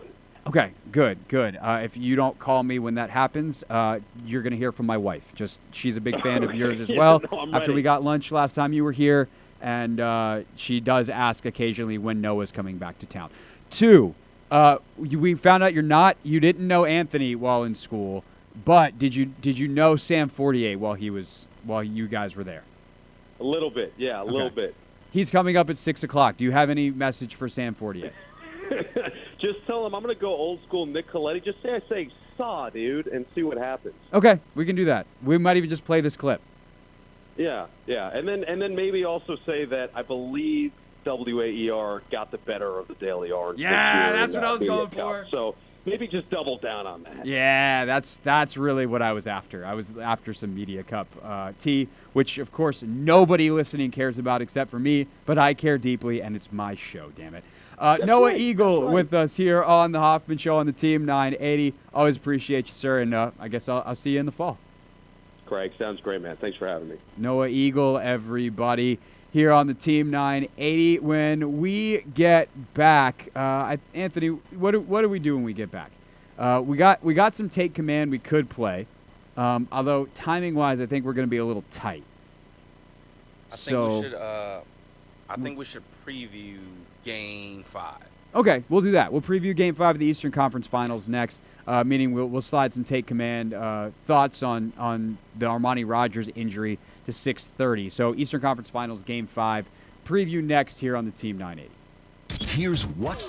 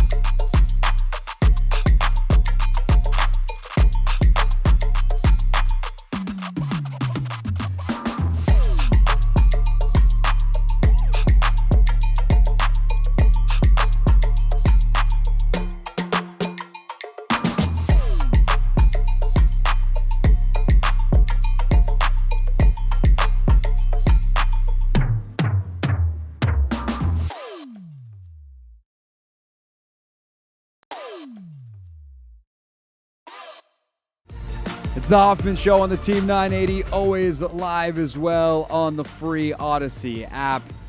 Anthony, I'm in the middle of trying to send you something for real things. Didn't even get the graphic updated on the show or on the stream. Sorry. There, bang, bang, YouTube people, to quote Mike Breen. Now it's correct. Sam Fortier going to join us at the top of the hour. I'm excited for this thing that I've just found on to send Anthony for real things. That's coming up, obviously, to end the show. You hear Logan's thoughts on the Armani Rogers injury coming up at 6:30. Take command. For right now, though, Anthony, can the Celtics do it tonight? They obviously can. Will they do it tonight? That, my friend, is a different question. You're going to be surprised with my answer, Craig. Am I? I think the Celtics get it done tonight. I think they get it done tonight because Gabe Vincent, who has been a key contributor for the Heat, is out tonight with an ankle injury. Yes. So that means more minutes for Kyle Lowry. Maybe we see Haywood Highsmith. We haven't seen him that much this series. But Gabe Vincent, he's a guy that's been connecting incredible from three, getting others involved, playing solid defense. I think he's a key piece that's going to be missing because they're already without Tyler Hero. Yeah, this is where you just start losing multiple guys at the same position, and you're like, we're in deep to do. Or is this the Jimmy Butler game? That's what I was about to say. So to me, there's kind of two things that happen tonight. One, you get a similar something to the other night where the series looks very similar to the way it has, but the shots fall in opposite percentages that they did earlier in the series. The Celtics make a bunch of shots, the Heat miss a bunch of shots, and the Celtics win again, and all of a sudden, back to Miami they go for Game 6 in what's going to feel like a massive pressure situation for the Heat, even though they're still the ones with the series lead and the Celtics are still the ones facing elimination. But at that point, the pressure kind of shifts a little bit. I do wonder if Jimmy Butler just goes out and grabs this game by the cojones tonight and is like, I'm going to control every aspect of this. I'm going to be everywhere on defense, and I'm going to slow this game down on offense. I'm going to junk up the rhythm of the game. I will only run when I can get a dunk. And other than that, we're going to take 22 seconds on the shot clock, and I'm going to hit turnaround jumper after turnaround jumper out of the left block or the right block, and then you're gonna die by 1,000 paper cuts, and it's me. Hi, I'm the paper cut. Like, I think that's a real possibility tonight. I do think the other way this game goes, that it goes well for Miami, is a much more assertive Bam Adebayo. He was really, really ineffective in Game 4, and I do wonder if he comes out tonight and really, is not just effective defensively, because he's always pretty solid defensively. Like, there's an Anthony Davis quality to him in that way, that you're just going to get good performances defensively from Bam, but he's got to be way more impactful as a rebounder. And if he is pushing 20 points on the offensive side, I think that bodes really, really well for Miami. And I do wonder if Jimmy looks at it and goes, instead of I'm going to go out and score 48 points, which is possible, he looks at Bam and is like, you're going to score 30. And they just feed Bam relentlessly and try to win the game that way and kind of team effort it up. Jimmy will monitor the situation, and if things start to get a little hairy, obviously he can always take the ball back and do what he does. But I do wonder if there's a lot more Bam Adebayo, and not just like pick and roll with Bam type stuff, where he's effective and that's going to be a part of what they do. But let's give the ball to Bam at the elbow, clear out, and let him drive on Al Horford. It's tough because Horford's great, still great defensively. But I do wonder if a much more impactful Bam Adebayo game could be the key to Miami victory tonight. Yeah, and I agree. Even before the start of the season, we always just looked at the Celtics as saying, like, they have way more scores, they have way more shot makers, shot creators, and that they're basically the more offensively gifted team. And I think it's just going to take more air exposure, to calm Murray down, execute in the half court, as they've done all series long, and then go from there. But for some reason, Craig, I don't know what it is.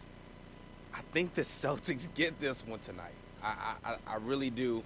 And I think they just get back to, being the team they were in the regular season, where they were 32-9 at home. In the playoffs, they've been terrible. But I think they have a lot of pressure on their shoulders. So I'm expecting them to come out strong, hit some shots early, get Tatum going, get Jaylen Brown going. And I think the Celtics force a Game 6. That's my official prediction. I think Miami does it. I don't feel great about that. I wouldn't bet on this game. I'm actually curious. What's the line? Ooh. Do you have any idea? I do not. But take 2 seconds. Yeah, I know. Between phones and how many devices that have the internet are in front of the two of us right now? The Celtics are the favorite to win tonight. By So I don't see the line. I just see the -8. wow, Yes. I would By take 8. Miami to cover that.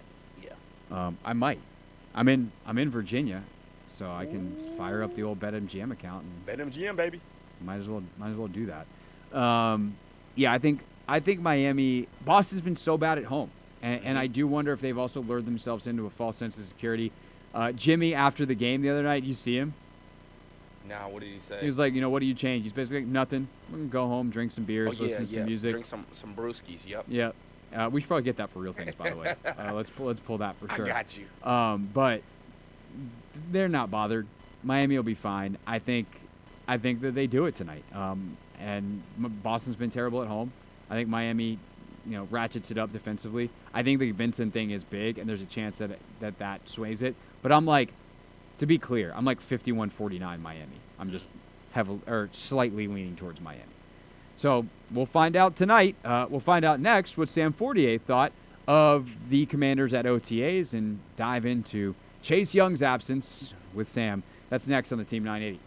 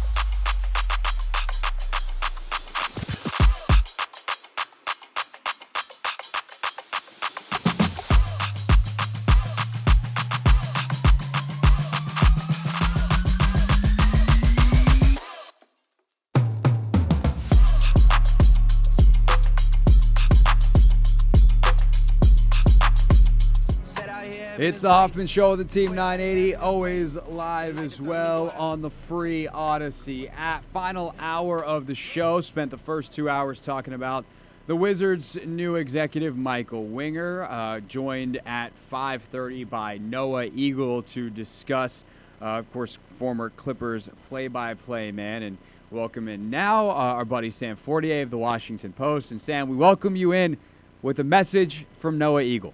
Anthony? Just tell him I'm going to go old school Nick Coletti. Just say saw, dude, and see what happens. And then maybe also say that I believe WAER got the better of the Daily Orange this year. Yeah, that's what I was going Cup. for. So maybe just double down on that. Welcome to the show, Sam.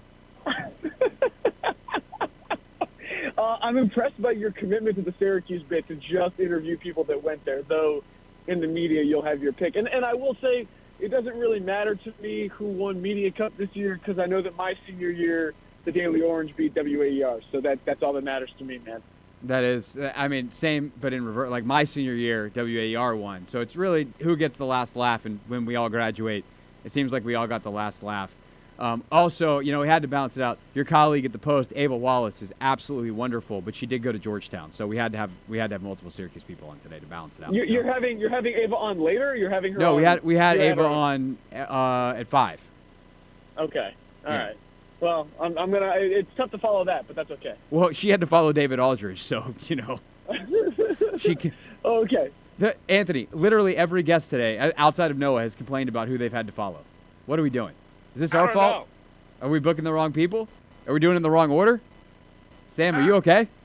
I'm okay. I'm good. I'll say I put Ant in this position because I was actually out at a couple meetings in Baltimore, and I'm actually in the taxi home now. So that I put Ant in a bad spot. I'll own that. Okay, all right. We appreciate your ownership of your specific situation. Let's talk about football, shall we? And also safe travels back in your traffic there on the way back from Baltimore.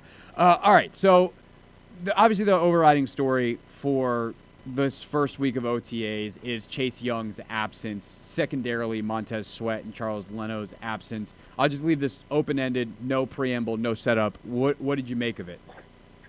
No preamble, no setup. That's a Craig Hoffman rarity. You ain't kidding. These 3 hours don't fill themselves, Sam. Right. I will say, I mean, look, Chase Young, I know, is the number one story. Fifth-year option declined, you know, concerns about his maturity before. Is he going to come in? Is he going to play well? I think all those things are super legit. I would be concerned, too. I do think Ron Rivera has some credence to say he's not as worried as he was in 2021 because Chase is older. He's been around the system. But anytime you haven't played football in a long time with your injury, I know you played a little bit coming back for the year, every rep is valuable. So for him not to be there, I think he's costing himself. I think he could cost the team. But at the same time, I do want to say this caveat, it sounds, you know, it sounds redundant. It sounds basic. But, like, if he comes back and balls out, if whatever program that he's doing right now works and he comes back and he's, you know, the Chase Young they thought they were getting when they drafted him number 2 overall, that he looked like his rookie year, then every sin is absolved.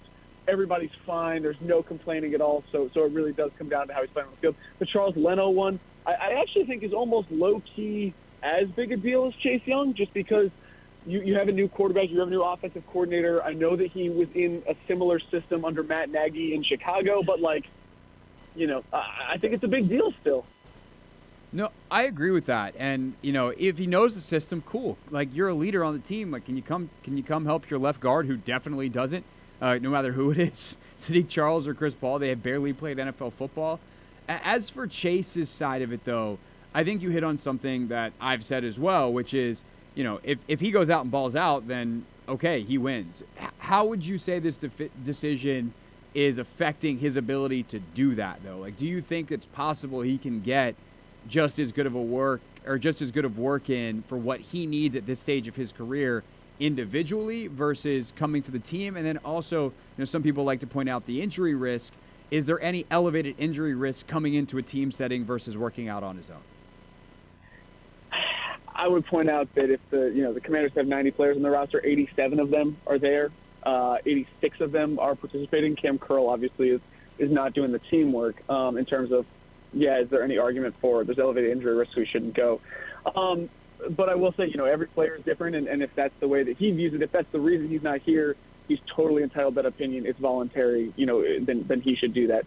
I do think, like, at least for me, at least on the outside, not having heard from Chase himself, it's just tough, right? Because, like, Charles Leno is going into year 10. He's played for a really long time. He knows exactly what his body needs. He's not coming off a major injury, although, he could have been playing through injury at the end of last year, but he's not coming off the major, career resetting ACL tear that Chase was. And obviously his ACL was complicated. So for Charles Leno to say, hey, I'll see you guys in a couple weeks, I'm going to take care of myself, I think you have to have a higher degree of confidence in him than with Chase, just because he's younger, he's played fewer snaps, and he has that big injury involved. So, again, like, it's his prerogative, it's his career. I will never tell him, hey, this is not the right thing for you because it's not my body, it's not my money.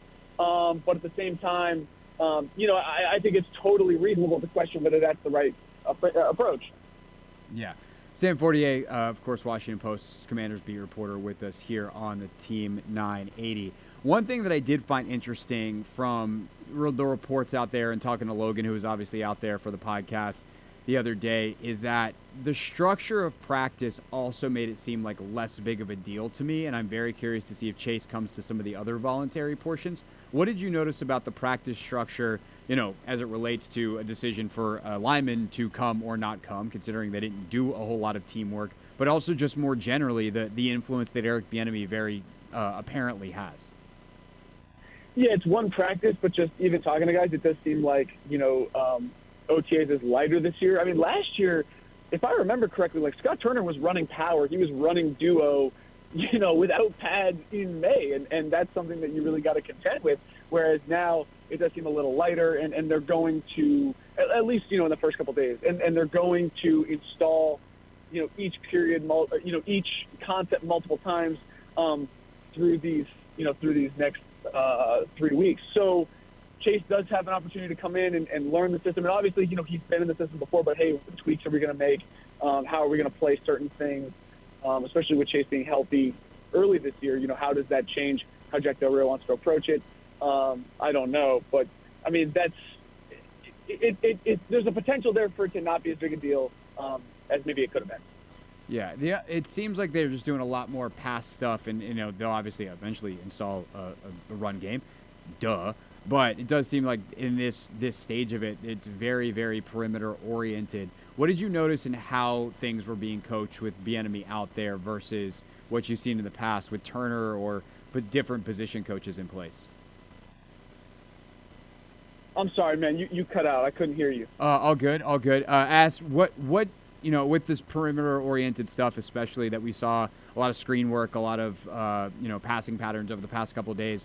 What kind of details and what kind of coaching style did you see, or coaching difference did you see with Bieniemy compared to years past? I think that something that players were frustrated with at the end of last year, right, was, and Ryan Fitzpatrick said this on Thursday Night Football on the Amazon show, like, he felt that Scott Turner's scheme was a plug-and-play scheme, like, hey, this thing works, you guys just need to, just execute it. And I think that Eric Bieniemy, while he does have a West Coast-based offense, he does seem a little bit more committed to retrofitting it to his players' strength. He doesn't have a Travis Kelce here, so certainly, or a Patrick Mahomes, obviously. But, like, I think that he's going to figure out, okay, what does Sam Howell do super well? He hasn't had a ton of experience under center, but what can we do? What concepts can we work with him? Where is his footwork at? Or do we need to be in the gun a lot more? I think he's going to figure out how is Antonio Gibson best used? Obviously, we drafted Chris Rodriguez, another downhill runner. Can we use AG in space a little bit more? Can we use him even lined up as a wide receiver a little bit more? He is going to figure out those things, and he is going to fit his philosophy to the system. That's been a really big talking point of his early. So I think that you've got to be optimistic that he's going to figure that out. That was something Logan said that I found pretty fascinating. Is he said there was a ton of different position groups and the way that they would use different alignments and stuff. And it's like day one. Like, what are they going to do when they get to the more complex game plan stuff in the fall? Like, that's pretty wild to see that stuff so early in a training camp. Yeah, and I think a bunch of different formations, a bunch of different, looks. I will say that when Scott Turner was here, the personnel groupings that they called after practice, it was just like, 11, 11, 11, 12, whatever. And Eric Bieniemy has uses animals. And so I will say, like, it was very funny to me to hear, like, zebra, zebra, zebra, or tiger, or rhino, or whatever it was. I shouldn't say which one is which, but that switch was really interesting to me. Yeah, no, that's a throwback to me because that's what Gruden used.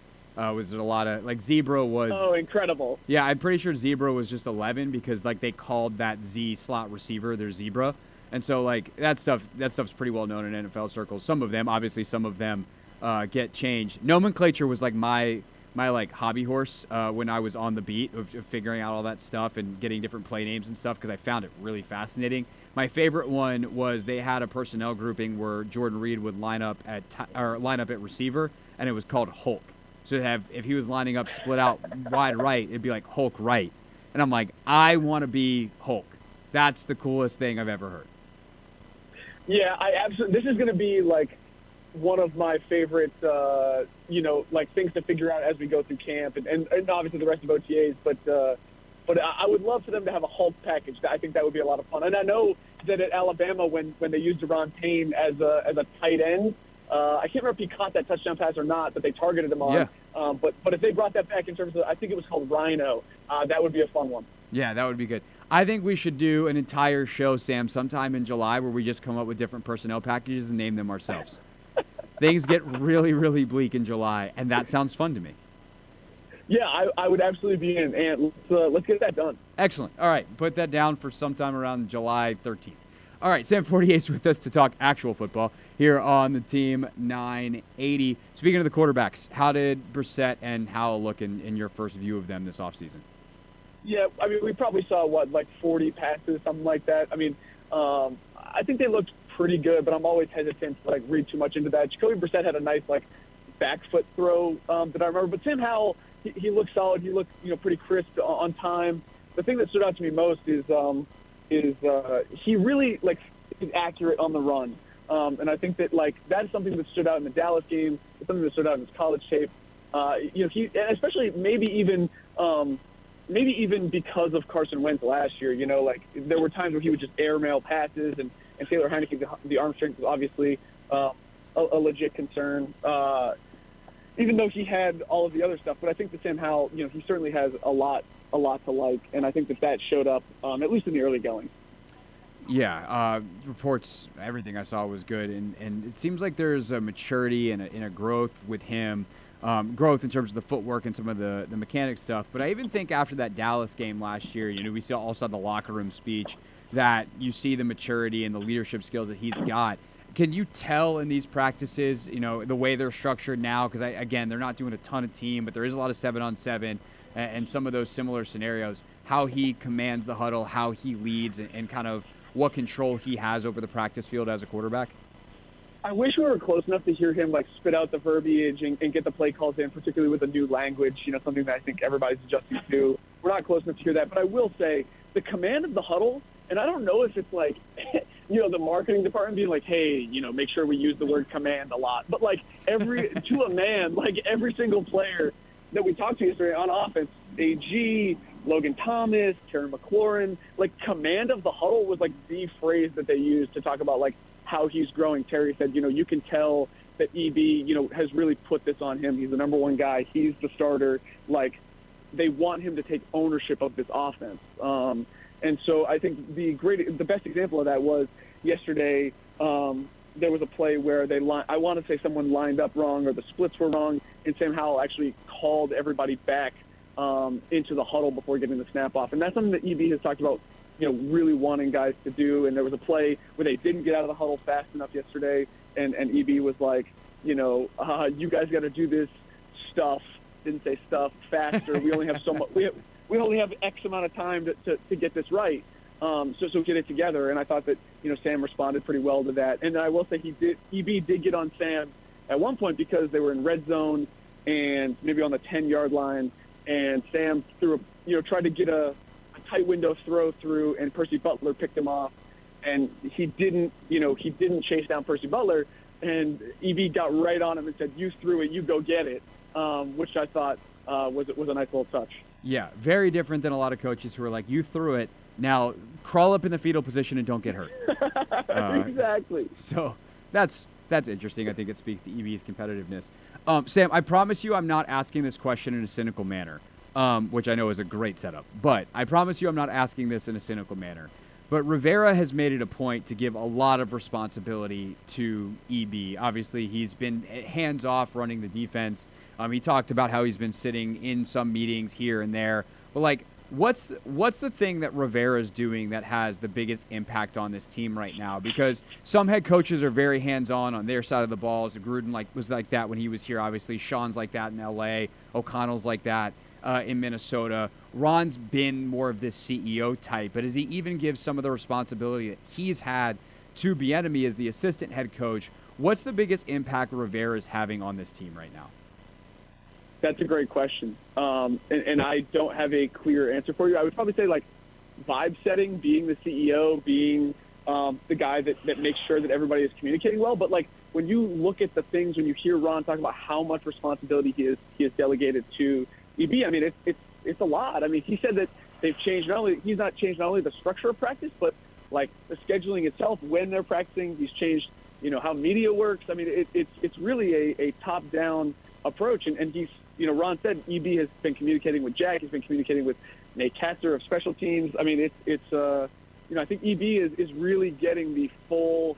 He is earning every bit of that associate head coach title. And if I can go off topic on here, just on kind of on the last point, I was thinking about this as we were talking. One of the things that I'm interested to see in terms of EB's offense, and it's particularly kind of juxtaposed with the Eagles' success with quarterback sneaks, right? And obviously they have a quarterback that can execute it really well, and an offensive line that can execute it really well. But, like, EB, I don't believe, called a quarterback sneak for Patrick Mahomes because he got injured in 2018, I want to say, against Denver. And, like, from 2018 to last year, like, they may have had 1 or 0 with Patrick Mahomes. And I wonder if, because the Eagles have demonstrated, like, how successful that play can be, is that something EB brings back, or is he now in a philosophical position where it's like it's not worth the injury risk to our quarterback? I know that is completely off topic, but it's something that I thought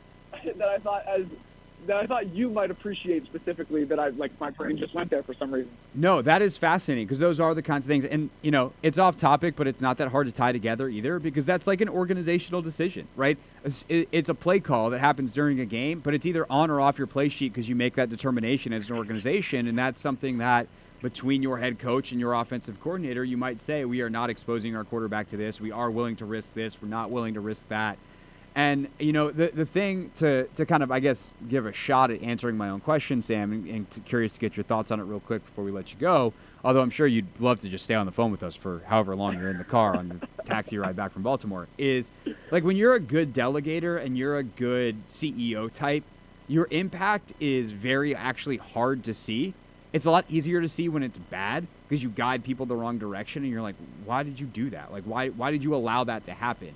But if you're just kind of quietly keeping everybody inside the lines and a tap here, a nudge here, you've set up a good infrastructure that a lot of things run themselves, which after 4 years, or going into year 4, I should say, with Rivera, you'd hope he'd have done.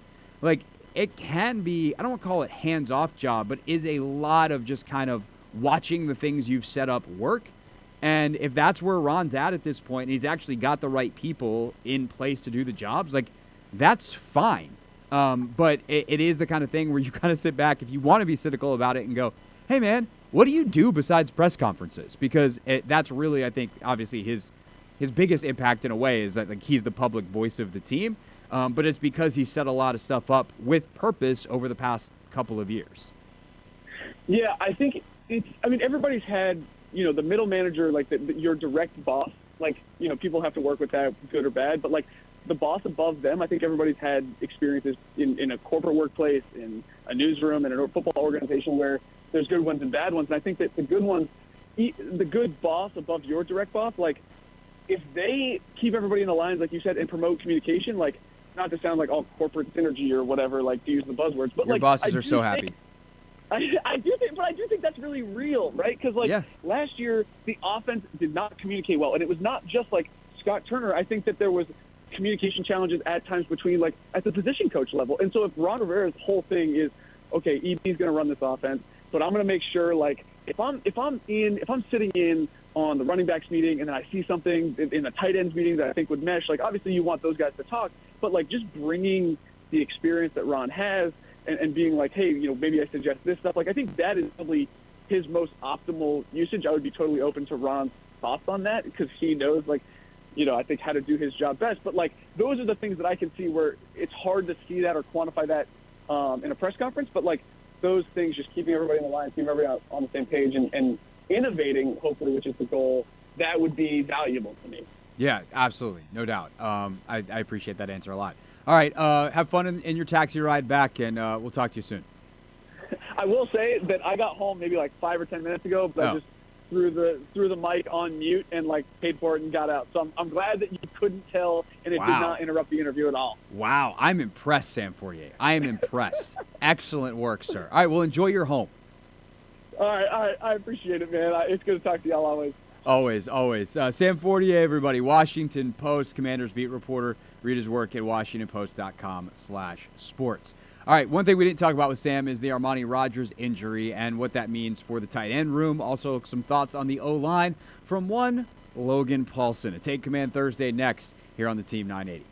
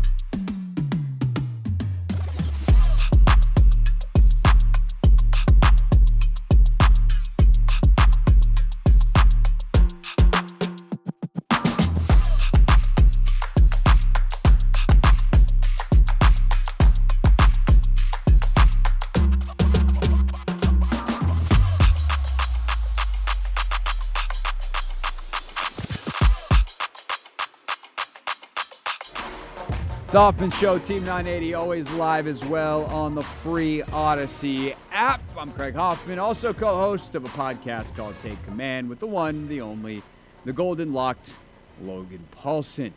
We talked on this week's pod about the Chase Young absence. We talked about Eric Bieniemy's massive impact. And then we closed the pod talking about the injury to Armani Rogers and what's next for the offensive line. Here's that final part of the conversation. Of course, if you want the full pod, you can check us out, Take Command, anywhere you get your podcasts. It's time to take command with former NFL tight end Logan Paulson and former Commanders beat reporter Craig Hoffman. Take Command podcast from Odyssey Sports. I'm Craig Hoffman. He is Logan Paulson. All right, let's wrap up with let's start with the tight end position. Obviously, the biggest bummer of the day, Ron Rivera announces that Armani Rogers had an Achilles injury. Ian Rappaport later reporting that it was indeed a full tear of the Achilles, so he is not going to be able to play this season. He is someone who I had extremely high hopes for. Such an incredible athlete. Thought he could develop into a starter. Thought he would win the job just because of his skill, and that he could potentially turn into not just a starter for this team on a room full of what's the word I want to use here? Well, I mean, Logan Thomas is kind of proven, but other than that, unproven tight ends, like he would just be the best of the bunch. I think with his skill set, he could have been a really, really excellent football player in this scheme, knowing what Bieniemy's done with tight ends in the past. Unfortunately, that's not going to happen. So what does that leave for the tight end room now? And obviously, you've already talked about how Bieniemy is using some of these guys. And so I don't know if that favors, it's more day two of OTAs, but if that favors any particular skill set and how that matches with the guys in the room. Well, right now, I think they're going to have to bring in another body just for camp. The way these guys are running right now, it's a lot of reps. So they're going to need to get somebody in here just to kind of help legs, I think, a little bit. But I think these are the four guys that are going to be on the roster. Like, Curtis, they haven't blocked anybody yet. They haven't had pads on yet. But, and I think Curtis, if I'm being hypercritical of him, I think there's times where you say, man, is he playing as hard as he can? But when he runs, he as your fourth tight end, hell yeah, like that's perfect. Cole Turner is kind of picked up where he left off last, training camp, like where he just looked like the most dominant route running tight end on the roster. Just his ability to kind of be sudden and catch contested passes, and like he's going to be a weapon. And I think Armani and him were going to kind of be competing for that. I forget the guy's name, but in Kansas City, their third tight end was a converted wide receiver who was 6'6", 230 pounds. What was it? Fortson, Jody Fortson. Yeah, Fortson. Yeah, that's right. Yeah. And so they'd put him out on slants and have him run fades, and I think that role now is definitively Cole's. And I think Curtis can push for that, but it's probably more of a Y. So he's going to back up Bates, and they use a blocking Y a ton in this offense. I think Logan Thomas is going to be your Travis Kelce light, at least as of right now. And obviously that can change, but I think Logan's looked good. He's moving well. I think he's still kind of figuring the offense out, and I think EB's kind of figuring out how to best to utilize him. Because to me, Logan is a tremendous athlete, but he excels in kind of that basketball player role, like attacking the seam, the deep cross, short area quickness stuff. He's fine at it, but I wouldn't say that's like his superpower necessarily. So I think that they'll figure that out a little bit and kind of get him in some more roles where he can, run a slant or, do something and just see how it looks. But I think that's your group, and I think you feel pretty good about it, quite honestly. And I'm super bummed for Armani. I'm super bummed for him because that injury is terrible. And, it's just a long rehab. And for a guy like him, he was going to be that guy. Like, he has those receiver traits. They were going to use him. He played really well last year in his minutes. So super bummed for him. Wish him a speedy recovery. And, but I do think the four guys remaining are pretty good football players, and they give you good opportunity. And,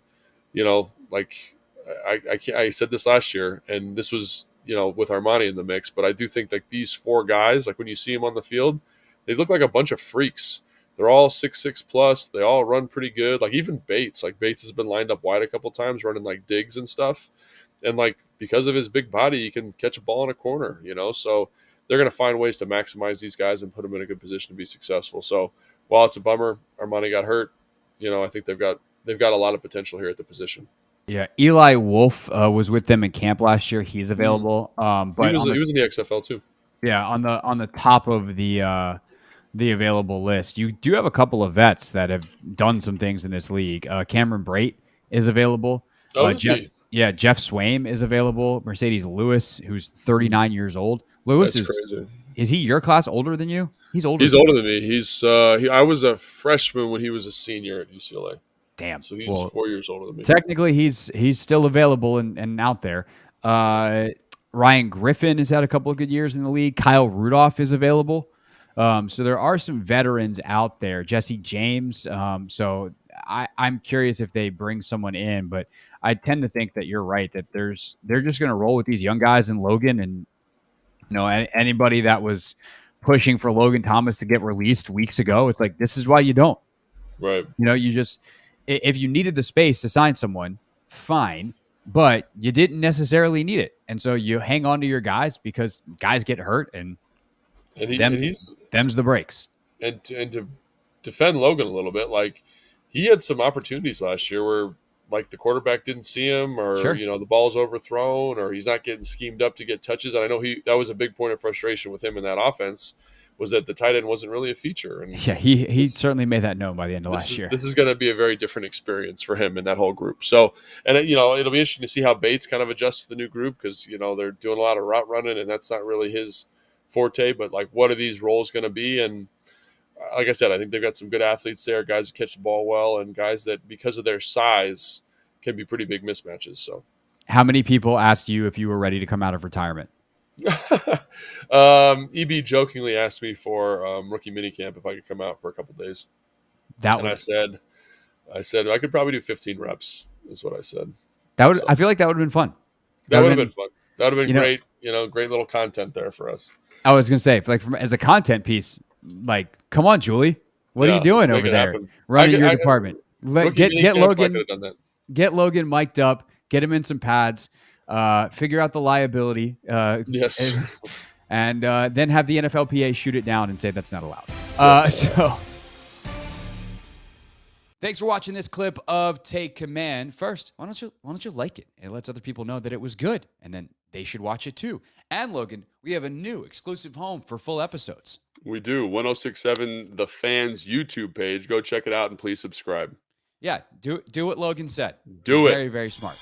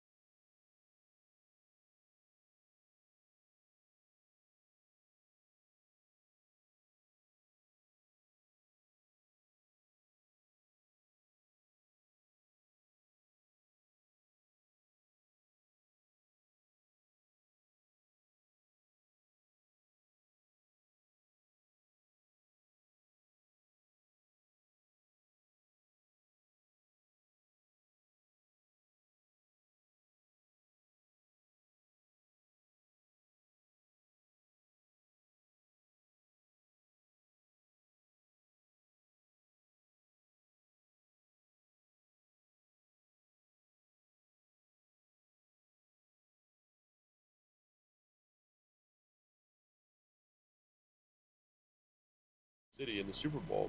Like I remember I watched the first 10 or 8 dropbacks. Or passing plays. There's one true dropback. So basically, I think EB understands that the hardest thing to do in professional football outside of playing quarterback is pass protect.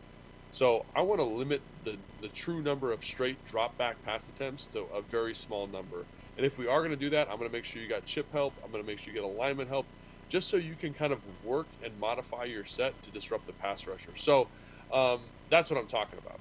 And I think that this system, like, I think Wiley's a good example. Like, he's nobody's like measurable All-American right tackle. Like, he never would fall in that category. He came in the league as a guard. But in this system, because of the movement that is required in the run game, in the screen game, the athleticism that's required to jump set, like, he's a very serviceable starter. He's going to be a plus starter for this team, right?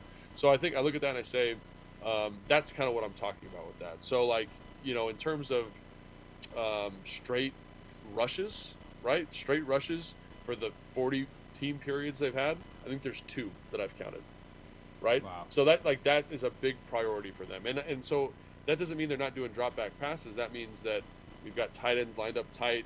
So we give them chip looks. We're doing a play pass. We're doing screens. We're doing quick game. We're doing keepers, like all that stuff. And it just disrupts the rusher enough where the tackle has to be on their game, but I don't have to be dialed to 11 the way I was in the offense last year, where it's like we're doing 7-step drops all the time, and we're really exposing these guys, and that's when you really need those elite pass protectors, right? Like, I talked to Morgan, I talked to Trent, and one of the things they always say is, like, I'm looking for tackle-friendly offenses, and Kyle's got a tackle-friendly offense. This offense appears to be very tackle-friendly. The offense up in New York's very tackle-friendly with the Jets, because it's that same, West Coast variation. And there are systems that stress the hell out of tackles, and I think this is going to be good for everybody across the offensive line in terms of making them be much more productive this year. Yeah, in terms of depth chart right now, Yeah. according to Ron Rivera and according to everything that we've seen, Leno will be your starting left tackle. Sadiq Charles is going to get first shot at left guard. Looks like Gates is going to get the first shot at center. And then Cosme and Wiley on the right. Minute and a half left. That is very subject to change depending on how the rest of the spring and ultimately the summer and fall go as training camp gets underway and practice and everything leading into week 1. But that's how we start, and that's all I got for the podcast. Logan, anything else to tack on here at the end? Yeah, I was going to say of that group, I think the biggest question mark based on film from last year and based on the first couple of days has been Sadiq. I think athletically he looks the part, but I think that's when I would kind of circle and be like, how does this one shake out? Because I think Cosby's looked pretty good. I think Wiley's looked pretty good. Gates, I think, has looked, like Nikki was saying, looked very good. But, there's obviously inconsistencies, but, on the whole, looks like they're getting what's going on. Sadiq's had a couple misses, and he's going against John Allen, so keep that with, Sure. whatever context you need. But I would keep an eye on that one. So. Yeah, and we'll see how Chris Paul does. Obviously, a ton of potential there. And he's the guy that's battling for that spot. Norwell, by the way, also not at camp, though. That's kind of expected, as they're expected to release him, but hasn't happened yet. He's also rehabbing an injury, so there's your full. Couldn't leave the pod. Couldn't leave the pod without the Andrew Norwell update, Logan. I mean, people have been texting me about it, like, oh, what's going on with him? I don't know. Now you know. I think, yeah. Now you can text him back a link to this podcast and listen to the whole thing. It's right there for you. Just keep on listening. Ta-da. All right, we'll be back next week. Obviously, get ready for week 2 of OTAs. And anything else that happens between... You want to do training or no? For Logan, I am Craig. 5 seconds. See you next week on Take Command. All right, that was the end of our podcast. As you just heard, if you'd like, the first 2/3 of it, you should go to your favorite podcast app, search for Take Command, and we'll be right there. You get the Chase Young stuff. You get... the rest of what we thought of practice, it's all right there. Take Command, available now wherever you get your podcasts. When we get back here on the radio, real things, real people said into real microphones.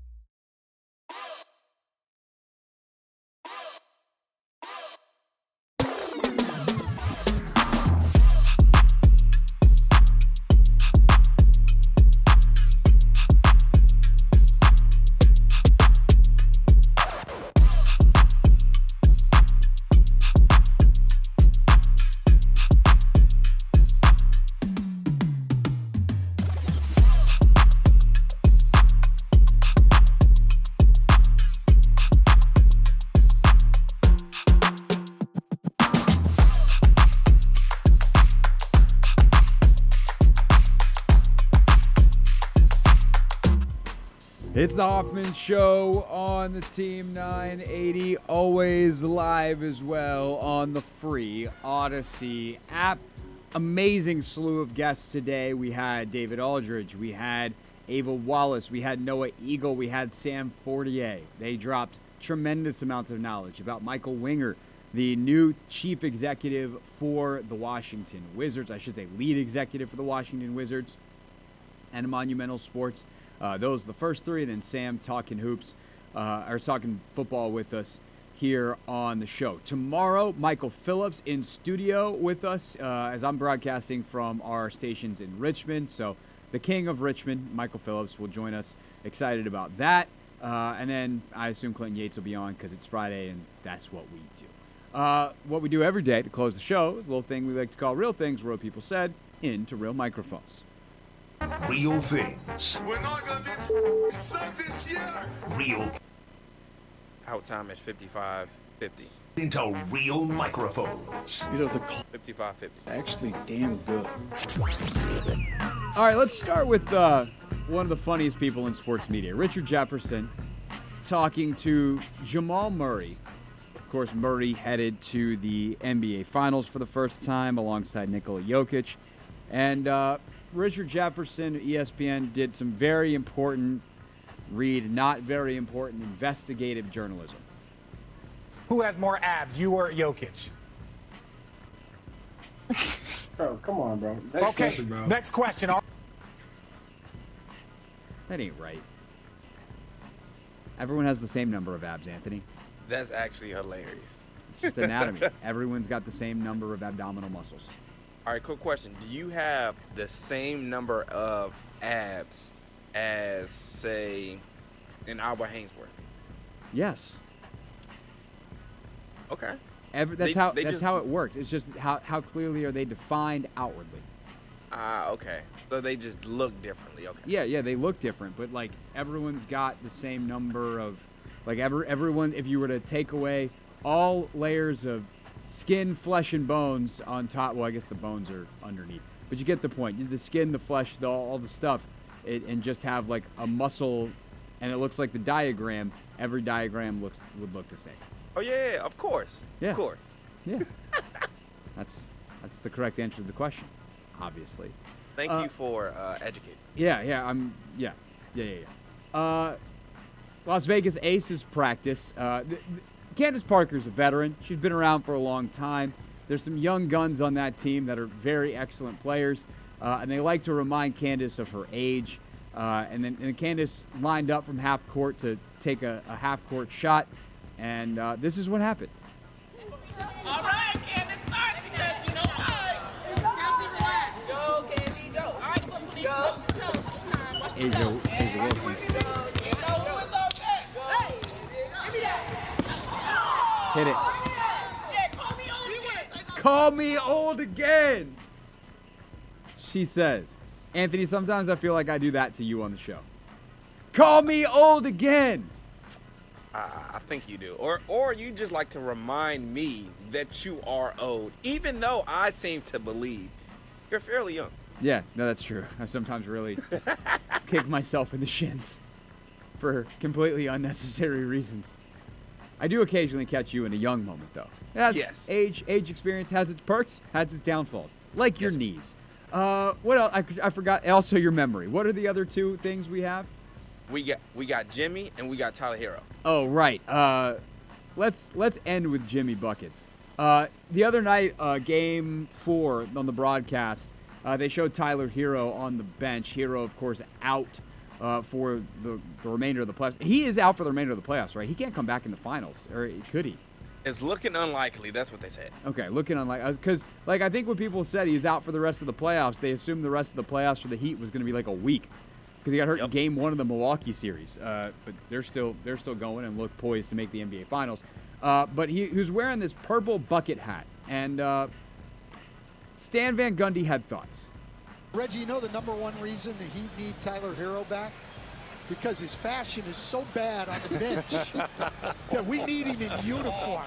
We need him in uniform. Foul has been deemed a common foul. We'll shoot two. I love the Scott Foster. God, I hate myself that I know that Scott Foster's voice. But I love the referee making the call over that. Stan destroys him, and the referee, unbeknownst to him, just comes in. That's a common foul. And it's like, I don't know. That might have been a flagrant on Stan. I mean, I think Scott was just coming in to defend Tyler.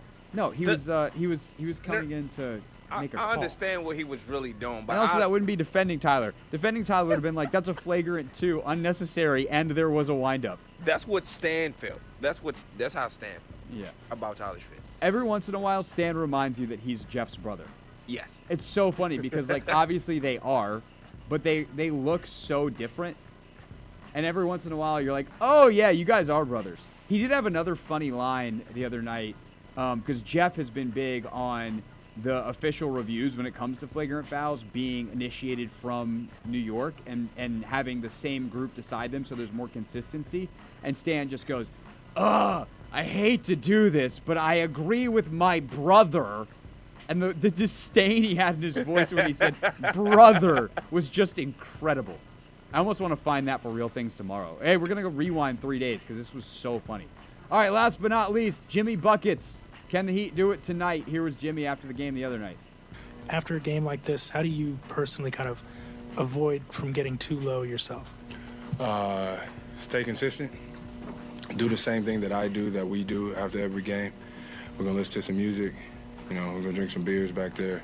We're going to go have some wine. I don't think that you could just focus on basketball all the time. You have to be able to, you know, get away from the game a little bit. Think about it. But at the end of the day, you fall back on, you know, your habits, how consistent you're going to be. And myself and my teammates, we're going to do the same thing. We're going to smile. We're going to be in this thing together like we always are. And we're going to go get one on the road. That is a confident man. That is a confident man.